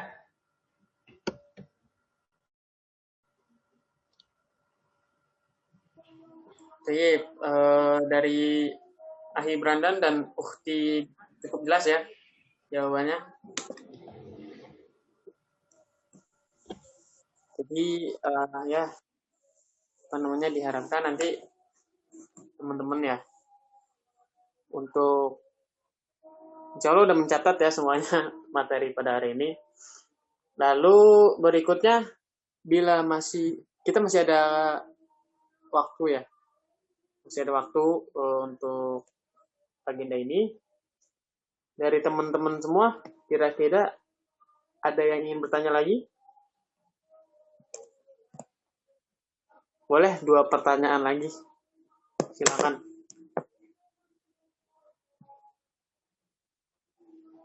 Oke. 1 udah masuk, Ustadz. Pertanyaan di chat.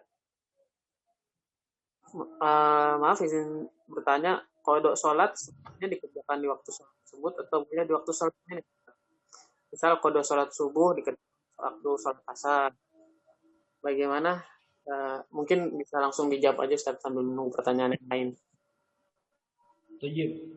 Yang dimaksud dengan kodok dan ada tentunya berbeda. Contohnya gini, ada is-sholat. Ada itu adalah menunaikan. Menunaikan sholat di waktunya, belum keluar dari waktunya. Misalnya gini, kita sholat isya, ya, kita sholat jam 7, misalnya ya, setengah 8 sampai jam 11.15 misalkan, sampai setengah 12 lah. Itu disebut dengan ada us-sholah, menunaikan sholat pada waktunya. Sedangkan kita sholat misalkan jam 1, jam 2, itu disebut dengan kodok, karena di luar waktunya. Ya, bagi para ulama, kata para ulama adalah kodok sholat, ya, itu memang dibolehkan, bahkan harus, karena amalan-amalan ya kebaikan, kewajiban seperti sholat, puasa, zakat itu tidak bisa dikodok, melainkan hanya sholat saja. Ya, bagi yang perempuan ketika sedang haid maka terputuslah kewajiban sholat, maka tidak harus dikodok. Bagi laki-laki yang pernah meninggalkan sholat wajib, maka wajib dikodok. Ya, kenapa? Karena harus dikodok, karena sholat itu tidak ada off-nya bagi laki-laki. Kalau perempuan masih. Dan kodok itu ada di luar waktu ditentukan yang tadi Anda katakan, ya. Kalau di waktunya dan belum keluar waktunya itu disebut ada is-sholat. Kalau di luar waktunya disebut kodok. Sedangkan batasnya, ya, kalau misal ada yang sengaja sholat isyanya sekalian untuk sholat tahajud jam 3 atau jam 2. Yang pertama, kita ini sholat dengan, ya, yang harus kalian yakini dan harus kalian pahami. Begitu juga dengan Ustadz. Ustadz memahami sholat ini adalah perintah itu hukumnya adalah wajib khusus dalam. Ketika kita tidak melaksanakan perintah tersebut, maka kita berdosa. Gitu. Berdosa memang secara kasat mata, ya, kita tidak melihat dosa kita apa. Kenapa? Karena kita tidak bisa melihat surga dan tidak bisa melihat neraka. Ya. Kalau bisa melihat surga dan neraka, tidak ada orang yang mau menjadi ahli neraka. Semuanya pasti ke surga. Nah, karena tidak terlihat, maka banyak dari kita yang seolah-olah mungkin bukan antum sekalian dan antunah bagi yang akhwat, ya, yang melalaikan. Misalkan kita sebelum kalian tahu dalilnya, ternyata sholat isya ini adalah waktunya di tengah malam gitu, batas akhirnya, ya. Kemudian yang kalian tahu, misalkan kalian tahu itu adalah nanti boleh sebelum sholat subuh juga boleh sholat isya gitu. Jadi kata para ulama adalah ketika kalian sudah keluar dari waktunya dan kalian tidak melaksanakan sholat kewajiban, sholat tersebut, maka kalian itu akan meninggal dalam keadaan kafir. Oh, konsekuensinya berat. Anda sampaikan, konsekuensinya berat. Tapi ulama itu bukanlah, maaf ya, bukan menjadi seperti Allah.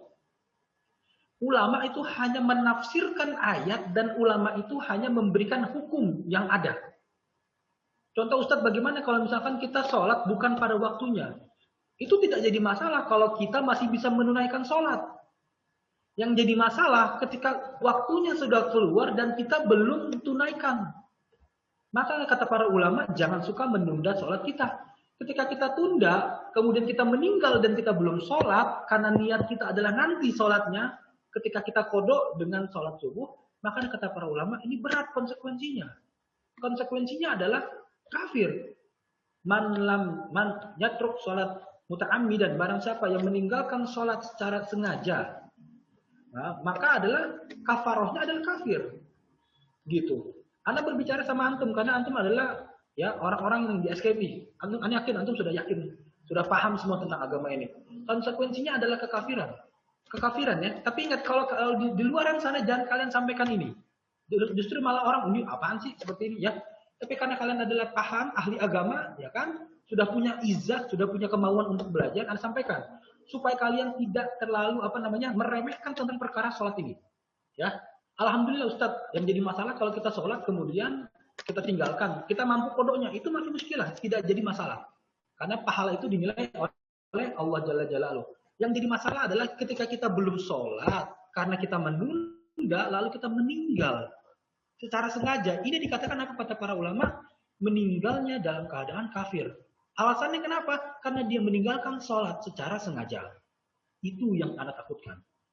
Ya, jadi barang siapa yang meremehkan sholat, maka Allah akan remehkan semua perkara dunianya. Ya, barang siapa yang mengedepankan sholat, Allah kedepankan segala perkaranya, dimudahkan. Kalau tidak dapat di dunia, di akhirat. Gitu konsekuensinya, ya Pak, ya.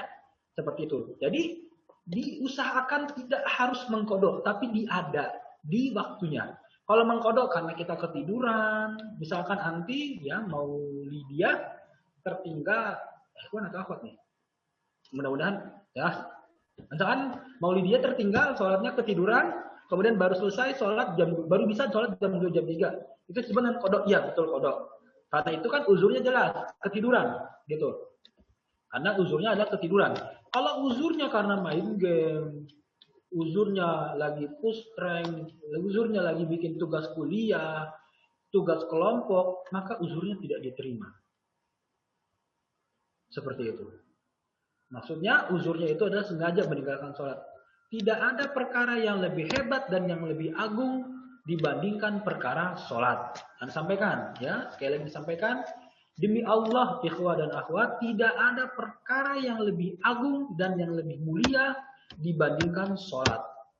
Orang yang menjaga sholatnya, Allah akan jaga semua kehidupannya. Orang yang memperbaiki sholatnya, Allah akan perbaiki semua urusannya. Seperti itu, ya. Itu buat anak pribadi dan umumnya buat antum sekalian. Wallahu a'lam bishawab. Sholatnya tetap sah, tetapi masalah dosa atau tidak dosanya Allah yang menentukan, karena Allah yang tahu niat seorang hambanya. Wallahu a'lam bishawab. Baik, syukran atas jawabannya, Ustaz. Oke, karena waktu sudah menunjukkan 10.50 gitu ya, yang mana kita akan menyudahi agenda pada hari ini ya. Mungkin Ana tutup ya. Jadi teman-teman sekalian gitu ya,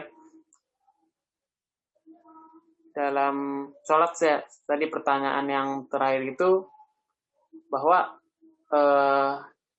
kayak misalnya kita tiduran atau uzur yang lain gitu ya, yang memang bisa ditolerir gitu, itu ya sebisa mungkin kita tunaikan. Namun kalau misalnya alasannya kayak push rank gitu ya, seharian push rank pengen jadi atlet e-sport gitu ya, pengen jadi atlet e-sport sampai subuh, zuhur, asar, maghrib, bisa dilibas nggak sholat gitu, wah itu bahaya banget. Bahkan kita bisa menjadi kafir. Nauzubillah min zalik. Seperti itu. Baik, mungkin untuk hari ini itu ya pembelajaran kita. Insya Allah besok masih ada lagi ya, materinya masih tetap sama, dilanjut dengan materi yang tadi ya. Tadi itu terakhir di sujud ya Ustaz ya. Tadi terakhir tuh di pembahasan sujud. Insya Allah ada lagi dilanjut. Iya. Sampai nanti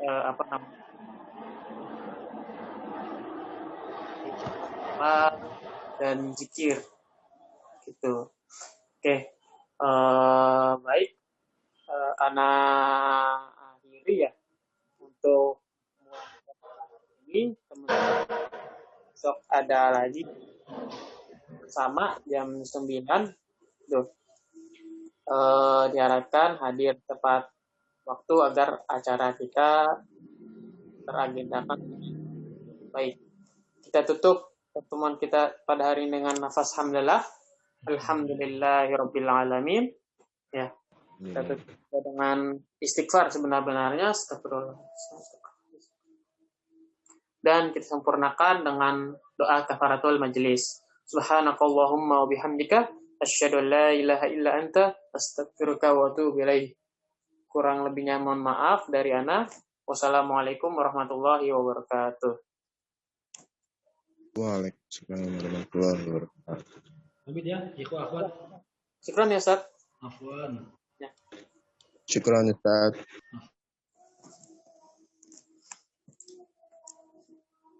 Baik. Untuk teman-teman sekalian boleh leave dari meeting ya.